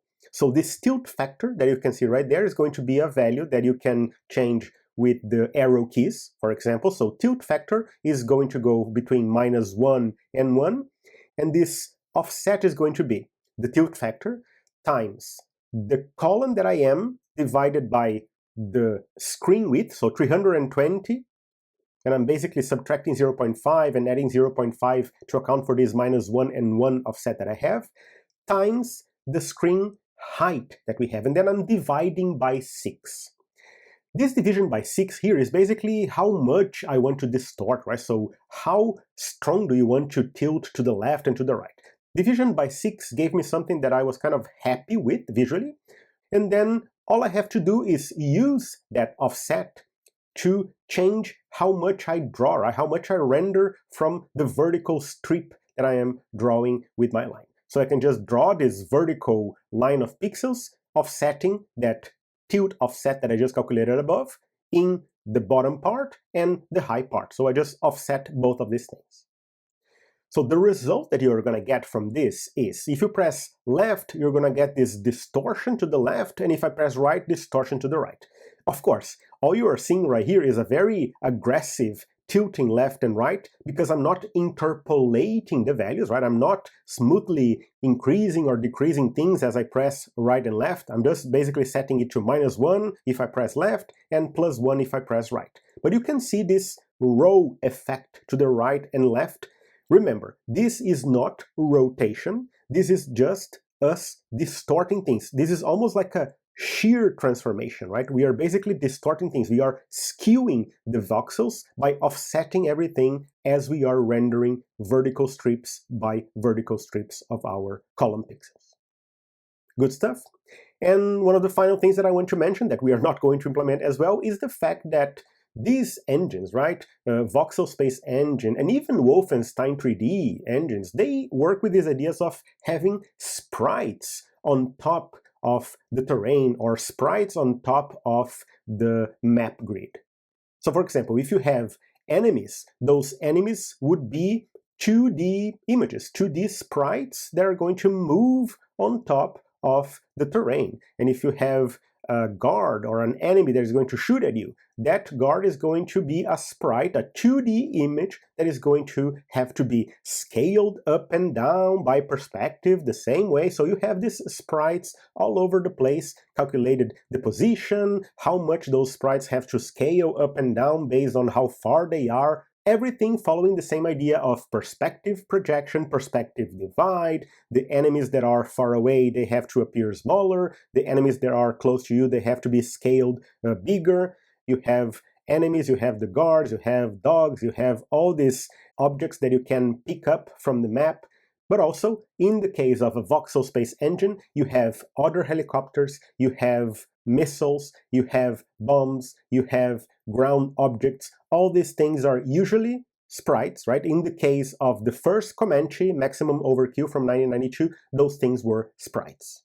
So again, depends on what you're trying to do, depends on the type of situation. You have all these different things going on. You have sprites, you have rolling, you have distorting things, right? Skewing things, distorting things left and right, up and down, fog effect. So you have all these different things. And of course, we could spend a lot more time discussing each one of them, but we are not going to do that in our source code.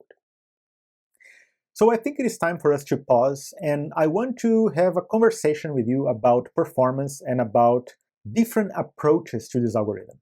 Because, as I mentioned before, do you see how we are, basically, I am abusing, right? I'm just using floating point values for everything.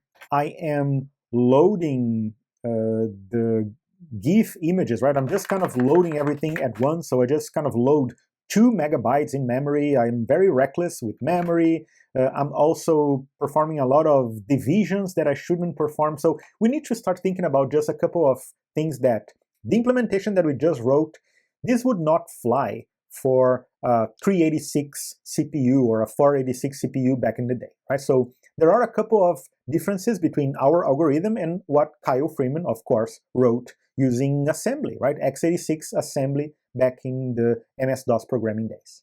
And just to start this conversation, I want to show to you a very popular page out there, which is, it is a GitHub page from SMAC. This is actually a super great page that explains the Voxel Space engine in a very short, right, kind of Python pseudocode way, and it has really great animations, right? So this page right here, there are a couple of differences, right? This is using JavaScript, so you can actually see the JavaScript implementation. Super cool, right? You can just go with the mouse, you can rotate, and it's quite fast for a JavaScript implementation. If you want to see how this was done using JavaScript, this page is super cool. You can use the JavaScript canvas element to pretty much do exactly what we did before using DOS-like, okay? But there are a couple of differences with this algorithm and the one that I implement. Most importantly, this one right here. So here it goes, talks a little bit about the history, Comanche, Novalogic, all those things.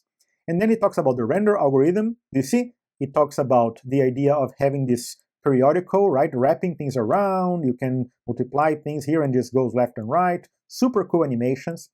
And this is the algorithm that he uses.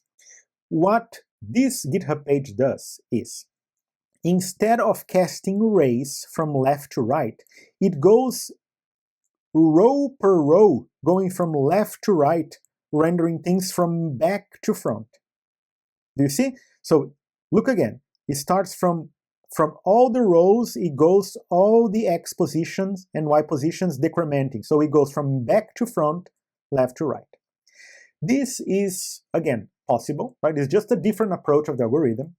But the reason why we usually don't do this is because of how VGA works. And also, the fact that it starts from back to front, do you see how it doesn't have to worry too much about that idea of finding the tallest pixel and the previous maximum one? If we render things from back to front, the things that are being rendered in front, they are being rendered on top of the ones that are being rendered in the back.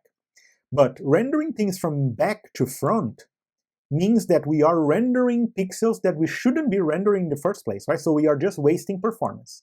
So just going from back to front, we are basically using what we call the painter's algorithm, where we paint things in front of the things that we painted in the back.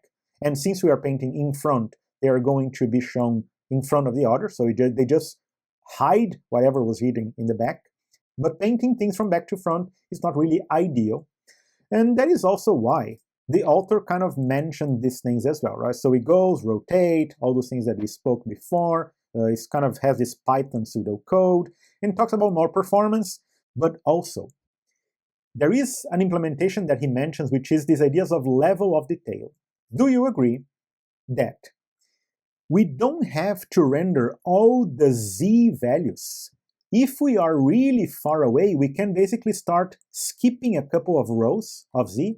So we can try to render all the Z's right here, but as they go far away, we can basically skip them, right? So we start with this level of detail, super granular, super close Z's, but we start increasing the displacement, the offset of the Z values. So as we get far and far away, we have these gaps right here. That is also good for performance because we are basically bypassing a couple of steps of that Z rendering that we really don't need. And the way that we could kind of achieve that, you will see here that the way that it loops the Z's is it starts with a delta Z of 1, and every time that we increase the Z, the delta Z increases by a certain amount, let's say 0.2. And then Z increases by delta Z. So by having this delta Z that increases a little bit each time of the iteration, we can achieve this kind of level of detail that as we start, it just is 0.1, 0.1, 0.2, 0.2, 0.4, 0.6, 0.8, 0. And then we have all these gaps as we get further and further away from the camera, right? So this is level of detail, super useful. You can quickly implement that in our implementation if we want. There is a collection of all the maps, so if you want to come here and download, he did the whole reverse engineering of the maps, right? Those RLE files from Comanche, super cool if you want to download them and see them in action. And also, if we go and we open the actual patent, right? So there is this US patent granted to Novalogic and Kyle Freeman. You can see that Kyle G. Freeman is the author and the inventor of this patent. You can open and you can read, right, the patent, and it kind of explains how Kyle Freeman approached this thing back in 1992. Right? 1992, 93, they created this whole idea. You can come here and see like the field of view, the idea of getting different distances, the line of sight. So if you want to really come here and dissect these ideas of rendering things on the display, 320 by 200, exactly the VGA resolution that we used. All these things are being described here in the patent. You can just go. I'm going to leave and add the link to the patent in the description of this video. Go ahead, have fun. This is all the description of the patent and what Novalogic and what Kyle Freeman did to achieve what we call Voxel Space terrain, right? And the whole idea of this invention is basically rendering terrain on the display, right? That is the whole goal. System and methods for realistic terrain simulation. But speaking of performance, right, what is different between what Kyle Freeman did back in the day and what we just did here using our modern computer? Well, to start, Kyle was working with a machine, right? They were working with this kind of 386 processor. The 386 processor was a 32-bit capable processor. Kyle Freeman wrote everything using assembly language. He wrote everything using 32-bit mode, which actually means that he had to write his own kind of version of the operating system, his DOS extender. If you ever read about DOS extenders, right? So you have this extender that could actually go and change the way that MS-DOS worked to take full advantage of 32-bit code. And Kyle also wrote everything using kind of fixed point math. He didn't use floating point variables, right? Floating points for the 386 machine was extremely slow, right? That was basically, it would not fly. He just wrote everything using fixed point or integers. So the whole implementation is quite ingenious. But for our implementation, right, let's just make sure that we understand that we are using a super modern machine that is extremely fast, lots and lots of times faster than what Kyle did back in the day. And also, floating point implementation on these modern machines in this MacBook that I'm using is absolutely fast. There is no issues with floating point arithmetic here. So we actually don't see any lagging, we don't see any issues with floating points. Also, not just floating point arithmetic. Do you see where we are taking and using these transcendental functions right here? Sine and cosine are a deal breaker, right? Back in VGA, MS-DOS days, sine and cosine, you cannot just go and take the sine and compute sine and cosine every time several frames per second. This thing right here, if you're using sine and cosine, you probably are going to use, let's say, a lookup table. So when you start your program, you're going to fill the values of sine and cosine with all these kind of 360 values, store them in an array, and if you want, you don't compute. Since these things are pre-computed before in that lookup table, you just go and you fetch from the table. This is very useful, right? You will see John Carmack doing that for Wolfenstein 3D. If you look at the source code of Wolfenstein 3D, lookup tables all over the place to get this sine and cosine and these transcendental functions. We usually use lookup tables for that. But even more importantly, do you see how we have in our projection code right here? Projection height.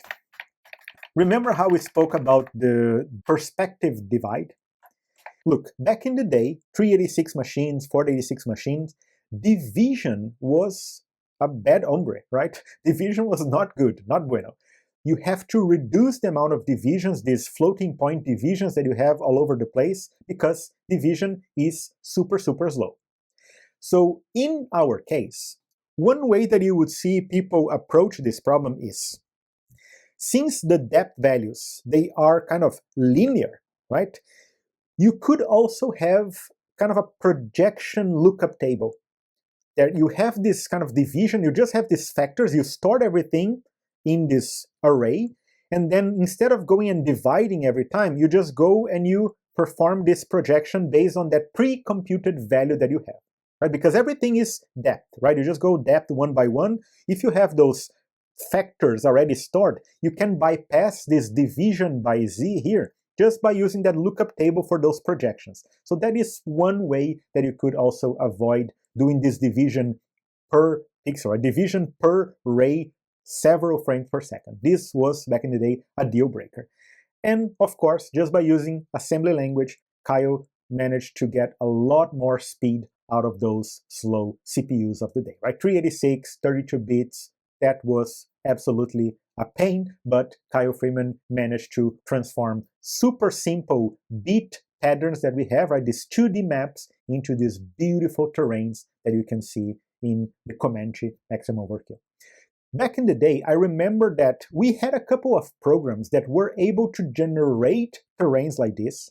I remember there was a program for the Commodore Amiga, I think it was called Vista Pro, which generated these maps, right? You can generate a height map and you can generate the color map of a terrain that you painted, right? So that was one way that you could generate these 2D maps using a proper program, right? Like the Vista Pro of the Amiga. But in an interview, Kyle Freeman mentioned that he created his own programs, right, to generate these assets for the Comanche game. So he didn't use any third-party tool. He created his own algorithms. So he had his own programs that generated the colors with terrain data, with erosion algorithms. You could decay the water, paint the water. So they created their own apps, right? They have their own tools there to generate these assets for themselves. Right, so just making sure that we understand that generating the assets, right, having that correct files, the correct input data is also a huge part of why this algorithm is so successful and why we have such beautiful output, right? Huge part of it is the quality of the assets, the color map and the height map. As years went by, Novalogic released more and more games. They evolved the voxel engine, so you have games like Comanche 3, as you can see, prettier terrains than before. You have Delta Force, that you have even prettier terrains than before. So the Voxel Space engine, right, this technique that Novalogic and Kyle Freeman developed, evolved with time. And Kyle was the director of technology from Novalogic until 2010, right? And then after that, he went to work for Disney, and he's still cracking code and pushing pixels until today. And everyone, I think this is where we're going to probably call it a day, because I think I covered everything that I wanted in this whole introduction, gentle introduction to the world of terrain rendering using the Voxel Space engine, right? I think we covered these ideas of faking 3D, trying to squeeze everything that we can out of the clock cycles of the CPU by rendering things, by tricking our mind into thinking that these things are actually 3D and we are navigating on top of this terrain, right? Again, super, super inventive algorithm. Back in 1993, 1994, when I first read and I first saw this game in action, it really, really blew my mind, right? And I'm kind of happy to the stage of where we got. I think we got at least a very high-level understanding of how these things work. Speaking of high-level understanding, I want to ask you a couple of questions, and I want you to answer in the comment section. So what do you think I should go, and how do you think we should evolve from here? Because I have two options, right? I can either, right? The first option, I can go, and maybe in the next video, I can really try to get an emulator to emulate a 386, a 486 CPU like DOSBox or FreeDOS, and really try to squeeze everything I can out of those CPUs using lookup tables, using these ideas of really thinking about paging, VGA, squeezing everything I can out of a proper MS-DOS implementation running on a super slow emulated machine. So that is one option. So if you want me to cover that thing actually using VGA, MS-DOS programming, then you just write down in the comment section. Or the second option is I can also try to explore some different pseudo fake 3D games like those pseudo 3D racers. You know how you have this road that goes into this left and right. So that is also a fake 3D game. So if you want me to cover this pseudo 3D old school racers, I can also do that, right? So that is a second option. So two options. I want you to write down in the comment. Do you want me to go and explore the actual MS-DOS implementation of Voxel Terrain Engine, or do you want me to cover some different pseudo 3D, like a pseudo 3D racer, right, with this road going in the horizon? So those are the two options. Let me know what you want to cover in the comments, please, right? Also, let me know what you think about this type of content. And if you like this type of content, I always like to remind you that if you like this type of deep understanding of the math and how everything connects together, this type of really old school programming stuff, I do have courses, right? I actually teach, I have lectures on this type of content. I teach ray casting, like the Wolfenstein 3D ray casting engine. I teach old school 3D graphics, right? So the mathematics of 3D graphics in old software rasterizers. So all these type of things. If you go to picuma.com, you know where to find me. I teach all these super cool lectures there. We have several smart students that enroll with us, and they understand the building blocks of computer science, the building blocks of mathematics, right? This is what I teach at picuma.com. Once again, thank you very much for staying this long with me, for completing this video. I always appreciate everyone that stays and completes all these super interesting algorithms with us from start to end. Well, once again, thank you very much. I will see you soon.